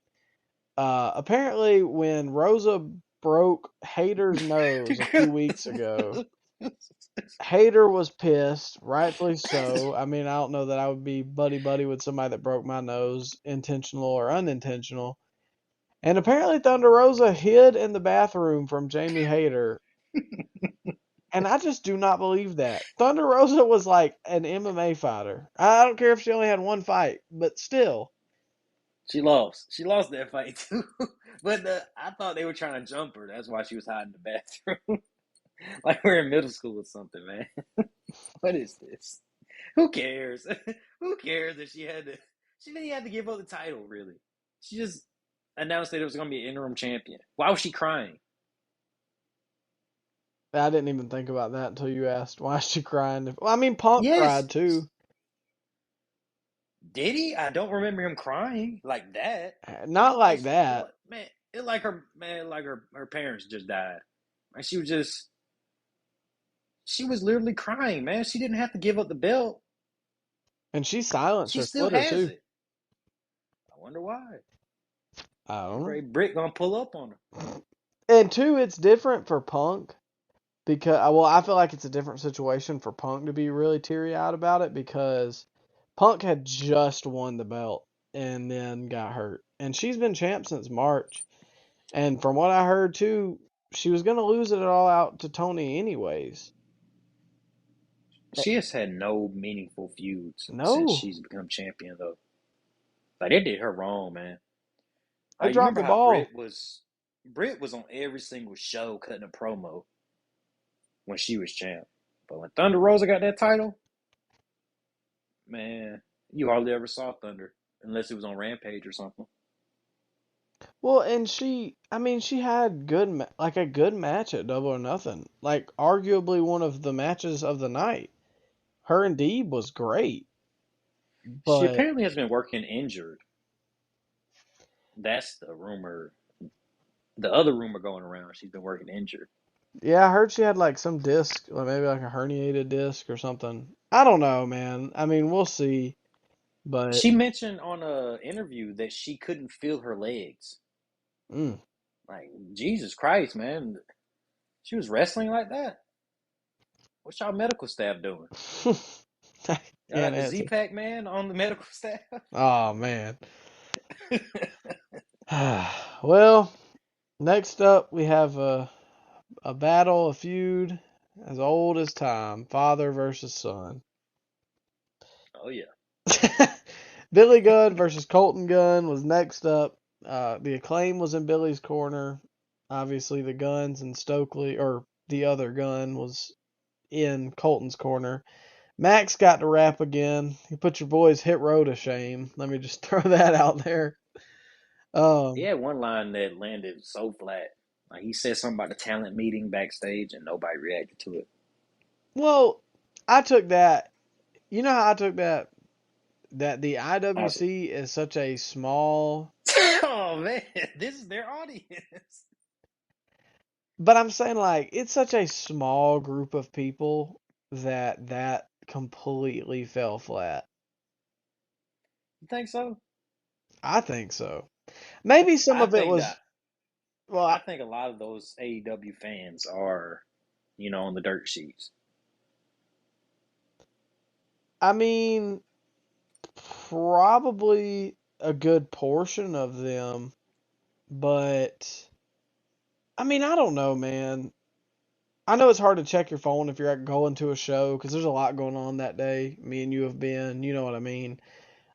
So maybe they just didn't see it because I think the news broke like that day that they were gonna have the talent meeting. But I, I, And maybe it's just it wasn't mic'd up well. Because you know how sometimes, and I'm not, I mean, I know some that this can happen if you go to a live show. Sometimes the acoustics be off. Like, you remember Ric Flair cut a promo when we were at his last match? Could you understand anything he said after the match? no. I could not hear a single word. So maybe that was the thing too. I don't know. Well, overall, I mean, it was an all right match. Billy took control early, started to beat down Colton, but kind of had second thoughts as like Austin was yelling at him, like, "Dad, no, stop," whatever. He kind of looked real puzzled, like, "Oh my God, I don't know what to do." And then Stokely jumps the barricade and hits Max from behind with a boombox as Austin took out Bowens. And then as Billy was looking on the outside at all the chaos, and Aubrey was too, Colton hits him Gee. with a low blow, picked up the win with a roll up. After the match, they started to beat down old Billy. And then Swerve in Our Glory runs down to save Billy as the Guns flee from the arena. Hmm. Yeah. This was here. All right. So next up, I'm sure you didn't watch this one. Britt Baker was facing Kylan No, King. no, no. I didn't watch this. Britt picked up the win. Not gonna lie, I Okay. didn't really tune in. I mean, I knew I knew it was gonna happen. It was a pretty quick match. She said that it was sad to hear about Thunder Rosa, or she grabbed a mic after the match. Said it was sad to hear about Thunder Rosa, but she wrestled her entire run with a broken wrist because that's what real champions do. She tells Tony that maybe someone will actually care about her pay per view match this time, to which Tony runs down but is blindsided by Jamie. And then Hikaru Shida ran out, and the crowd went mild, and that was about it. I forgot who that was for a sec, man. I was like, oh, Riho back, but mm. Dude, nobody even popped. Like, it was dead. they said that she had a women's title run, and I completely do not remember that at all. She was the one that Britt beat. I don't. Maybe I don't know. I didn't. I skipped all the women's matches back then Oh too. man, I wasn't watching back then, but I think the champion lineage for the women's title is Riho, Yeah, she was the first. Nyla, Sheeta, Britt, Thunder. So Nyla won the title. Yep. I don't remember that. I don't think she had it for a real long time, to be honest with you. But I just remember Where's she been? Twitter. I don't know. Where's she with Vicky? Yeah, but I don't think they're doing that anymore. Exhibit A, man. They have something, and then there's no mention of it on TV ever again. I remember Jake and Archer. Yeah, that they never even. No, there was no follow up. It was just Archer ain't even been on the show. Has he been hurt? No, I think he's in Japan for the G1 Climax. To be honest with you, yeah. Nyla held the belt for the shortest reign, which was 101 days. Sheeta actually has the longest reign, which is kind of surprising, 372 days. What? Jesus. Where was I at? Probably watching WWE. Yeah, I don't know. Oh, you know. We'll move on to some other champions who have been banished. Swerve in Our Glory challenged the Acclaim to a match not on Rampage. I was shocked. I was like, oh, that's definitely where this one's headed. But they actually challenged them to a title match at All Out. What do you mean by that? You know what I What do you mean mean. by that? You know exactly what I mean. It ain't my decision. There was no build to this, man. Well, It just happened out of nowhere. the Acclaimed are like the number 4 contenders. That's another thing. Wins and losses are supposed to matter, and yet the number 1 contenders are never the ones challenging for the belt. It's always like 4 or 5. Can you imagine that happening in UFC? Like the third ranked competitor gets a title opportunity before the number one guy? That does happen. Would that ever happen? Does that happen? Yes, that does happen. Oh god. Forget what I said. I'll cut that part out.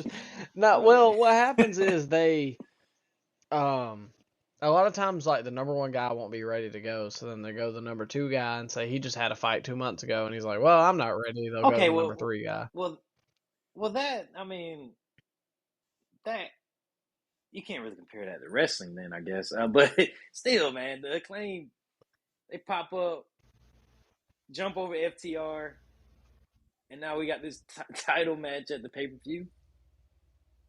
It makes sense. Is that what you telling me to happen, Micah? Is that what you telling me what happened? Yeah. I don't know. I'm sure it'll be a good match, but poor FTR. Well, I don't know. I haven't seen enough Acclaimed matches that I would say, hey, this is going to be a great match. Can they both? Can they have good matches? I've never seen like an atrocious match, and Keith Lee and Swerve are good. But I've never seen them have like a 15, 20-minute match. Have you? I mean, I don't think so. I mean, I'm not saying it's going to be a barn burner. I'm just saying I think it'll hold its own weight. It's not going to be FTR Briscoe? Is that what you telling me? Yeah. No, don't come expecting that. Well, speaking of bad expectations. Oh, my. Oh, Jesus. Oh, Jesus. Help me. Where do I begin? They did it, man. They did it. I remember you sending a text hours beforehand that if Moxley won, you riot. Where are you at, Micah? I was expecting you to storm the ring. I put on Twitter that this is the worst booking decision Tony Khan has ever made. And I stand by that. Let me give a rundown before I'm going to get hot about it. Don't get hot about it. I'm going to get hot about it. Oh, my God. Okay. Both guys come out. Moxley, Roar. They're in Cleveland, which is, a rock throwdown from Mox's hometown, Cincinnati. Sure, these are some of the same fans. Mox is over. I don't know. Punk comes out. I don't know, man. Moxley did get a good reaction, but I don't think it's because he's from Cincinnati. I just think that this fan base is enjoying Mox at this time. Maybe it's just us. Maybe we're the minorities. I think there are a lot of Mox fans out there, but I don't think that Punk would get booed that heavily in a lot of other places. You think people are starting to see through Punk? I think people are buying too much into the backstage rumors, which he basically told them that were wrong. Or did you see He that just comes article? off as an unlikable guy. I saw it. I saw it. He just comes off as an unlikable guy. Anyways, Punk comes out to a half and half crowd. I would probably say more boos than cheers, but it was close. Felt like a big fight field though. Yes. And I was on the edge of my seat. I genuinely did not know where this was going to go. I was kind of shocked it went on the middle of the show. I want to point this out. This show did do over 1 million viewers. This segment, let me give you the quarter breakdown of 8:45 to 9, and then 9:15 to or 9 to 9:15, and then after I'll tell you what happens, we'll go to 9:15 to 9:30. So at 8:45 to 9:30, or 8:45 to 9, I'm sorry, 1,036,000 viewers, or 3,600. No, 36,000. I'm sorry. Okay. Was the 8:45-9 quarter hour viewership. At 9 o'clock to 9:15, we jump up to 1,198,000 viewers. Almost a 1.2 rating for this segment. Not bad. So, the match starts. It's a little back and forth. Punk goes for a head kick. His plant foot gets injured or whatever.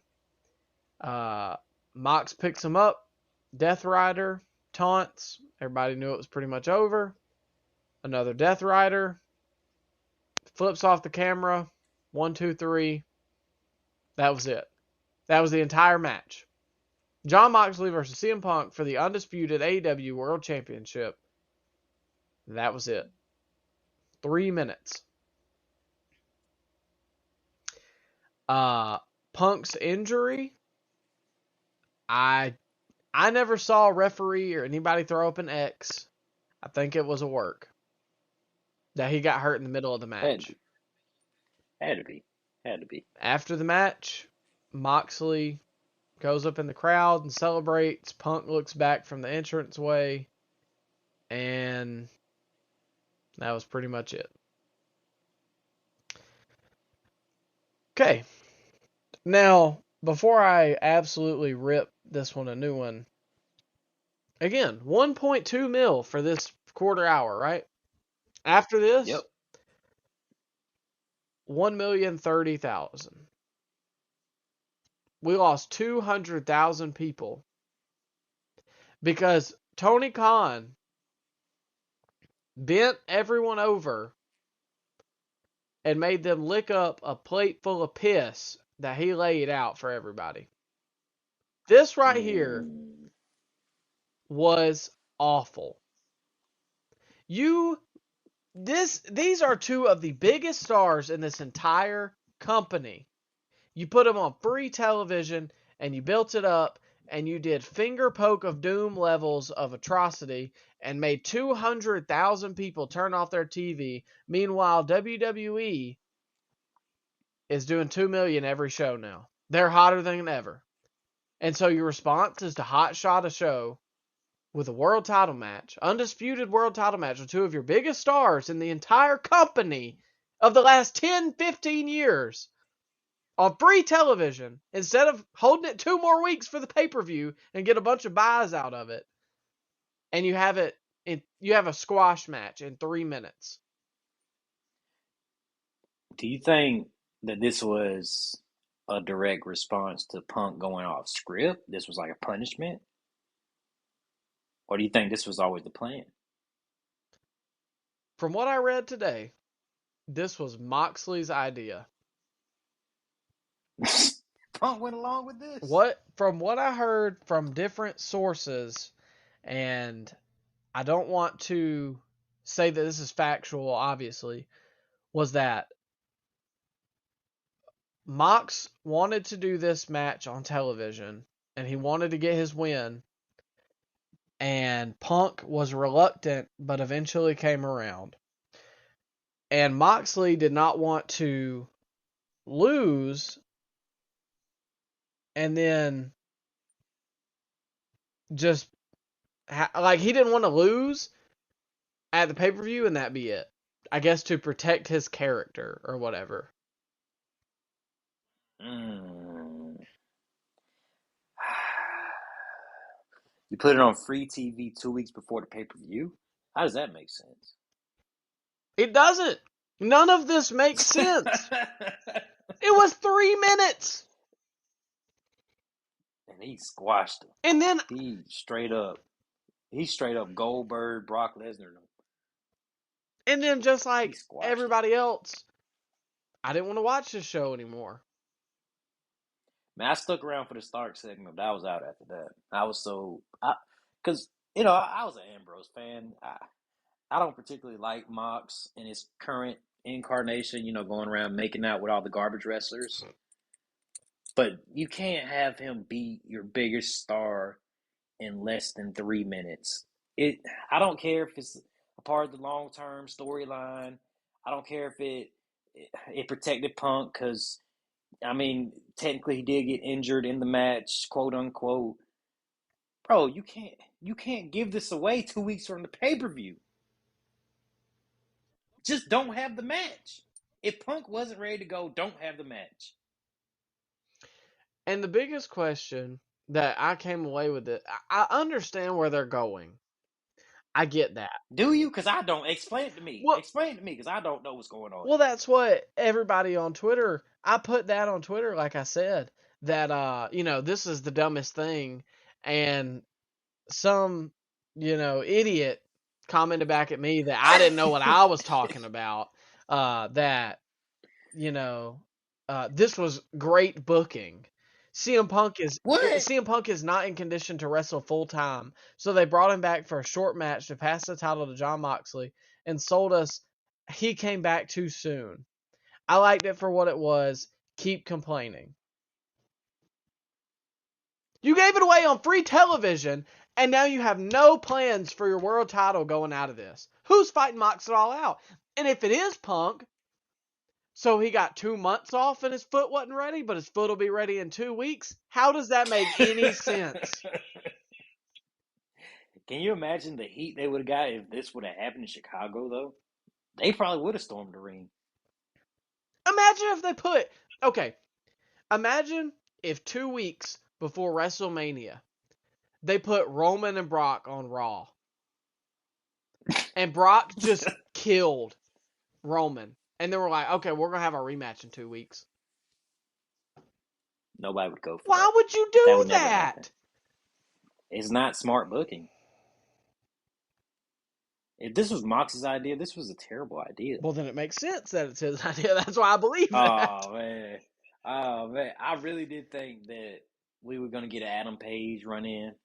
Or at least an MJF sighting. Or at least somebody beat him. I have no idea where this is going.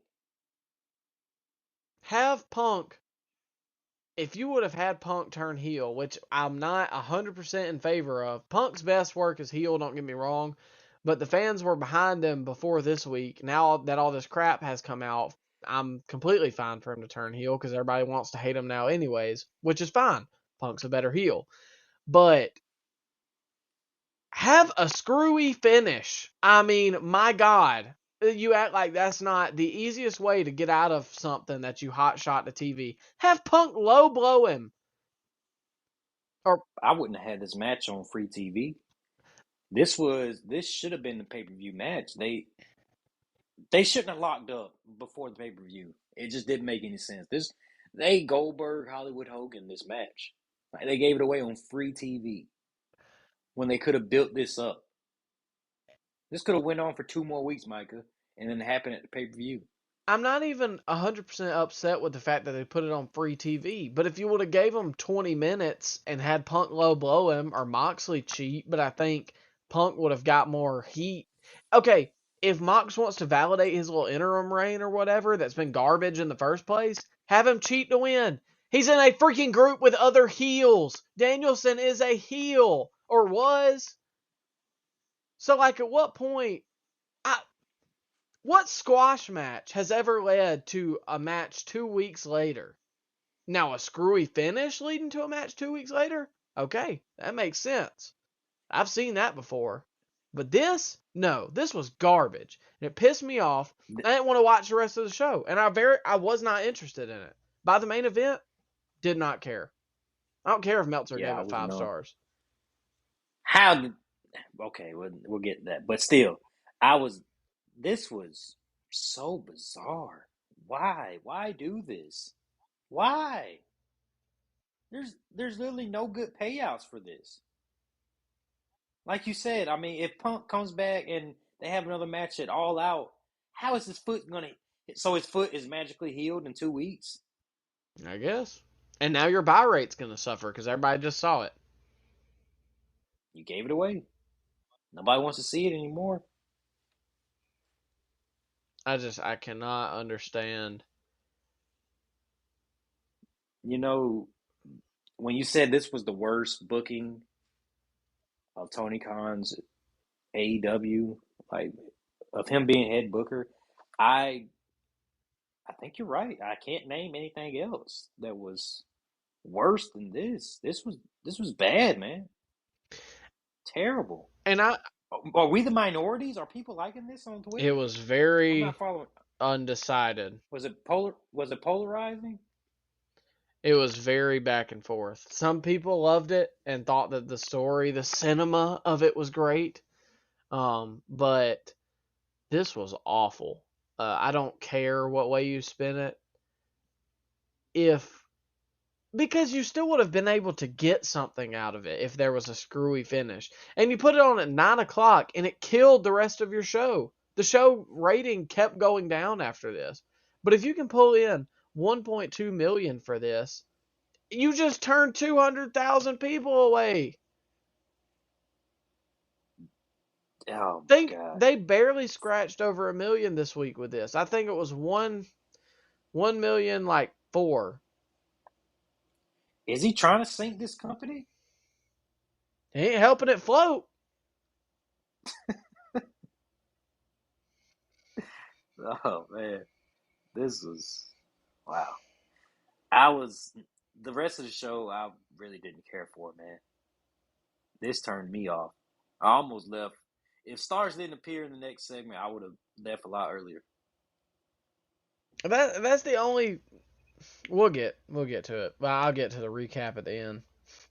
Christian was in the back after this.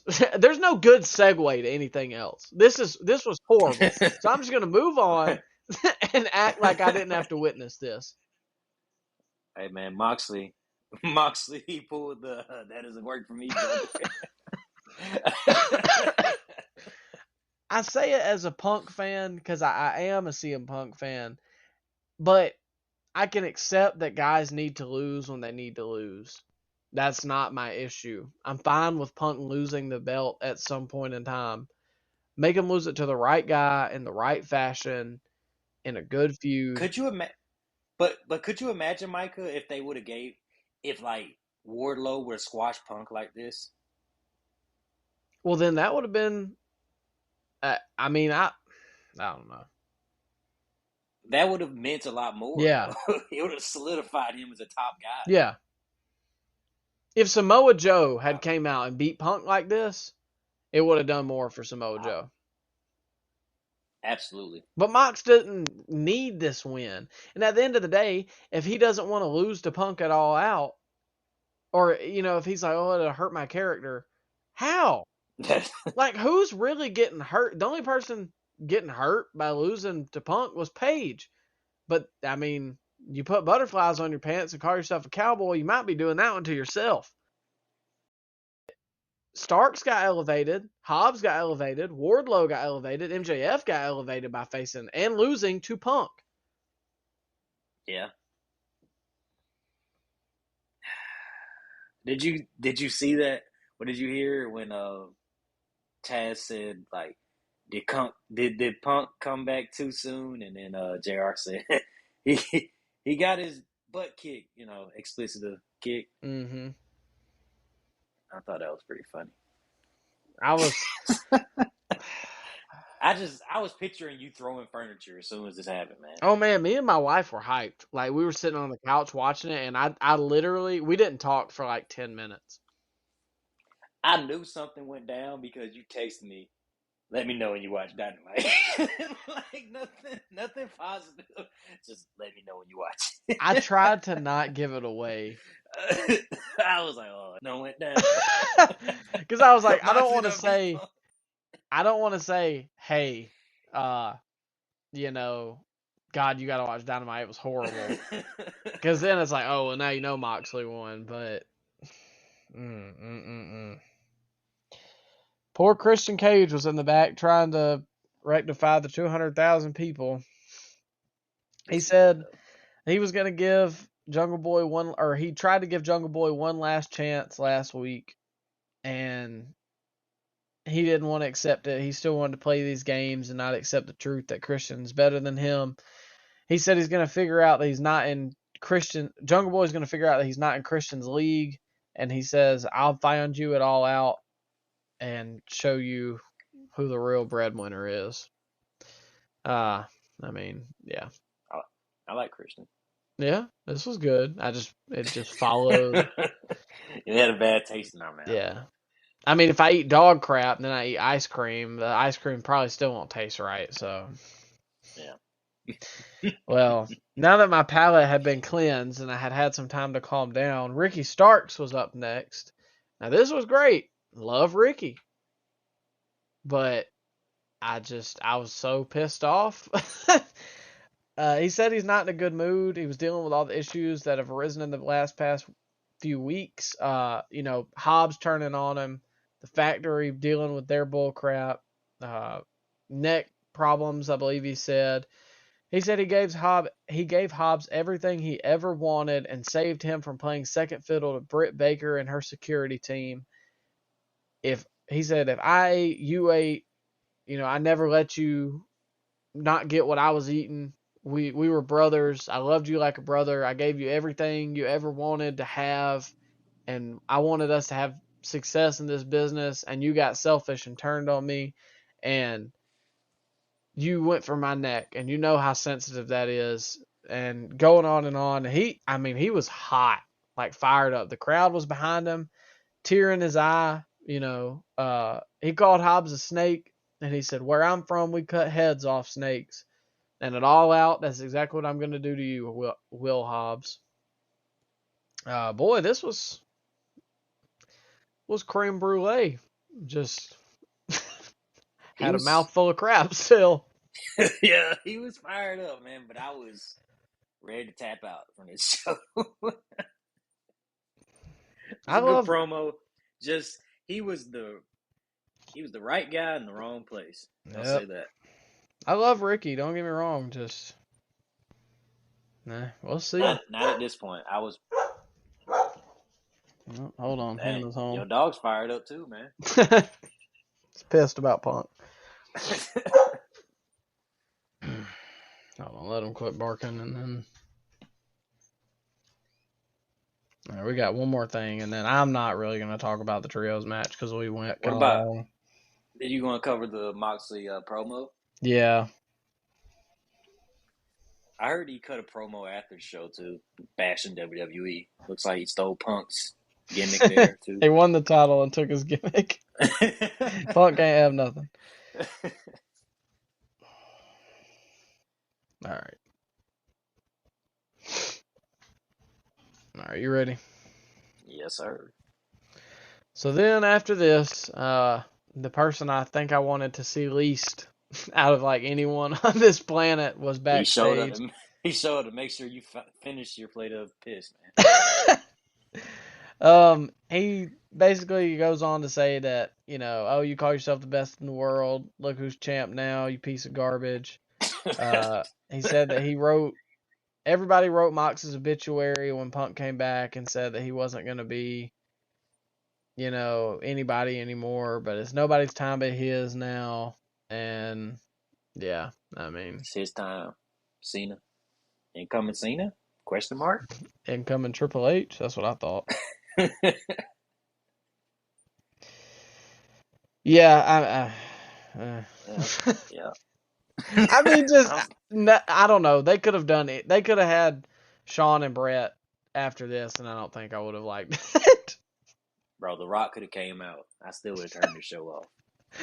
Death Triangle versus Aussie Open and Will Ospreay in the Trios Tag Tournament. I watched this, but I was numb at this point. yeah, I really just don't have any comments. It was fun. It was not 5 stars. It was a typical Bucks match. Aussie Open and Will Ospreay won. I was shocked, but they're fighting Kip. Kenny next week. Oh, I Kip almost showed up. forgot. Kip showed up. Uh, The guy that's been building up this storyline. He's been at every single AEW show wearing a box for the last year, Micah. He was there when we were at the pay-per-view in March. No, October, wasn't he? That was the Dynamite we went to in October, right? mm-hmm. He was there with the box. He's been doing this for a year. And what's the payoff to this angle? A loss in the All Atlantic Championship match. Of course.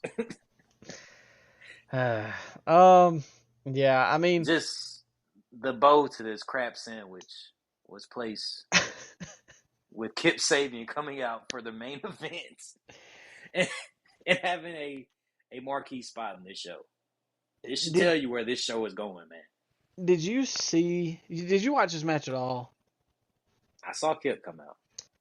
Pac did the Adam Page thing where he does the moonsault and he wasn't looking backwards.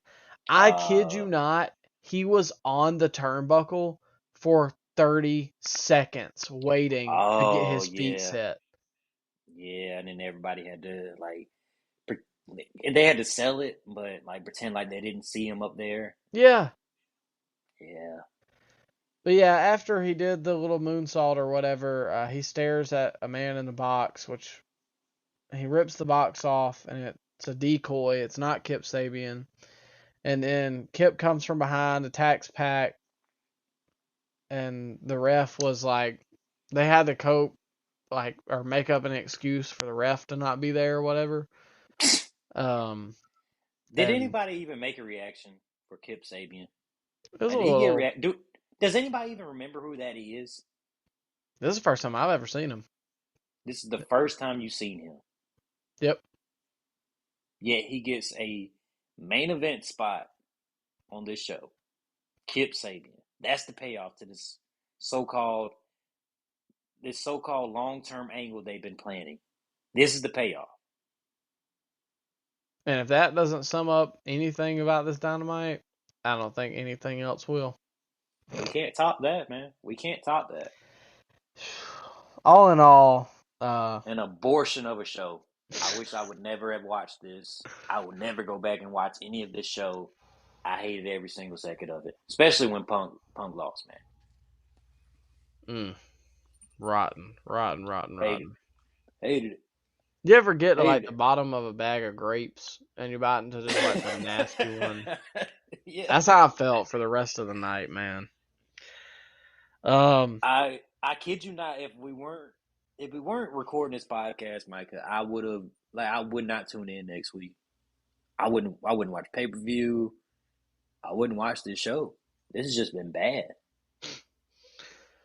I would, because I like AEW and I want to see it do good, but I'm not going to sit here and, sugarcoat or defend something just because I like the company. If something's bad, I'm going to tell you. Raw, AEW, whatever. I don't care. Bro, they're getting WCW 2000 levels. I wouldn't go that far, but the train is... WCW 2000 had bigger stars. Oh, all right, well, this has been the... Yeah, I don't know, man. Good Monday night. Not so good Wednesday. We'll see where it goes. Friday? Yeah, well. You excited for Rampage? There was actually, I think, Dustin versus Claudio that I thought was interesting. I think Punk. They announced Punk was going to speak on Rampage. Well, they were going to hear from CM Punk. I don't know if that means he's going to be there live, but Well, we'll see. But And then, whoa. We got okay. Trustbusters doing something on Oh, Rampage. I'm kidding, yeah, man. never mind. I ain't watching. Let's get up out of here, man. All right. Well, all in all, good Monday night, not so good Wednesday, but we'll be back this weekend. SmackDown review, perhaps Rampage. We'll see. And we'll have the weekend update, all the scoops of the week, matches of the week, and our show of the Predictions? week. Are we giving predictions next week, or Mm, on the SmackDown review? Are we giving predictions for the Cardiff show or we All could Out? What are we doing? see either this week, either this weekend update or next weekend update. We'll just have to see how it falls.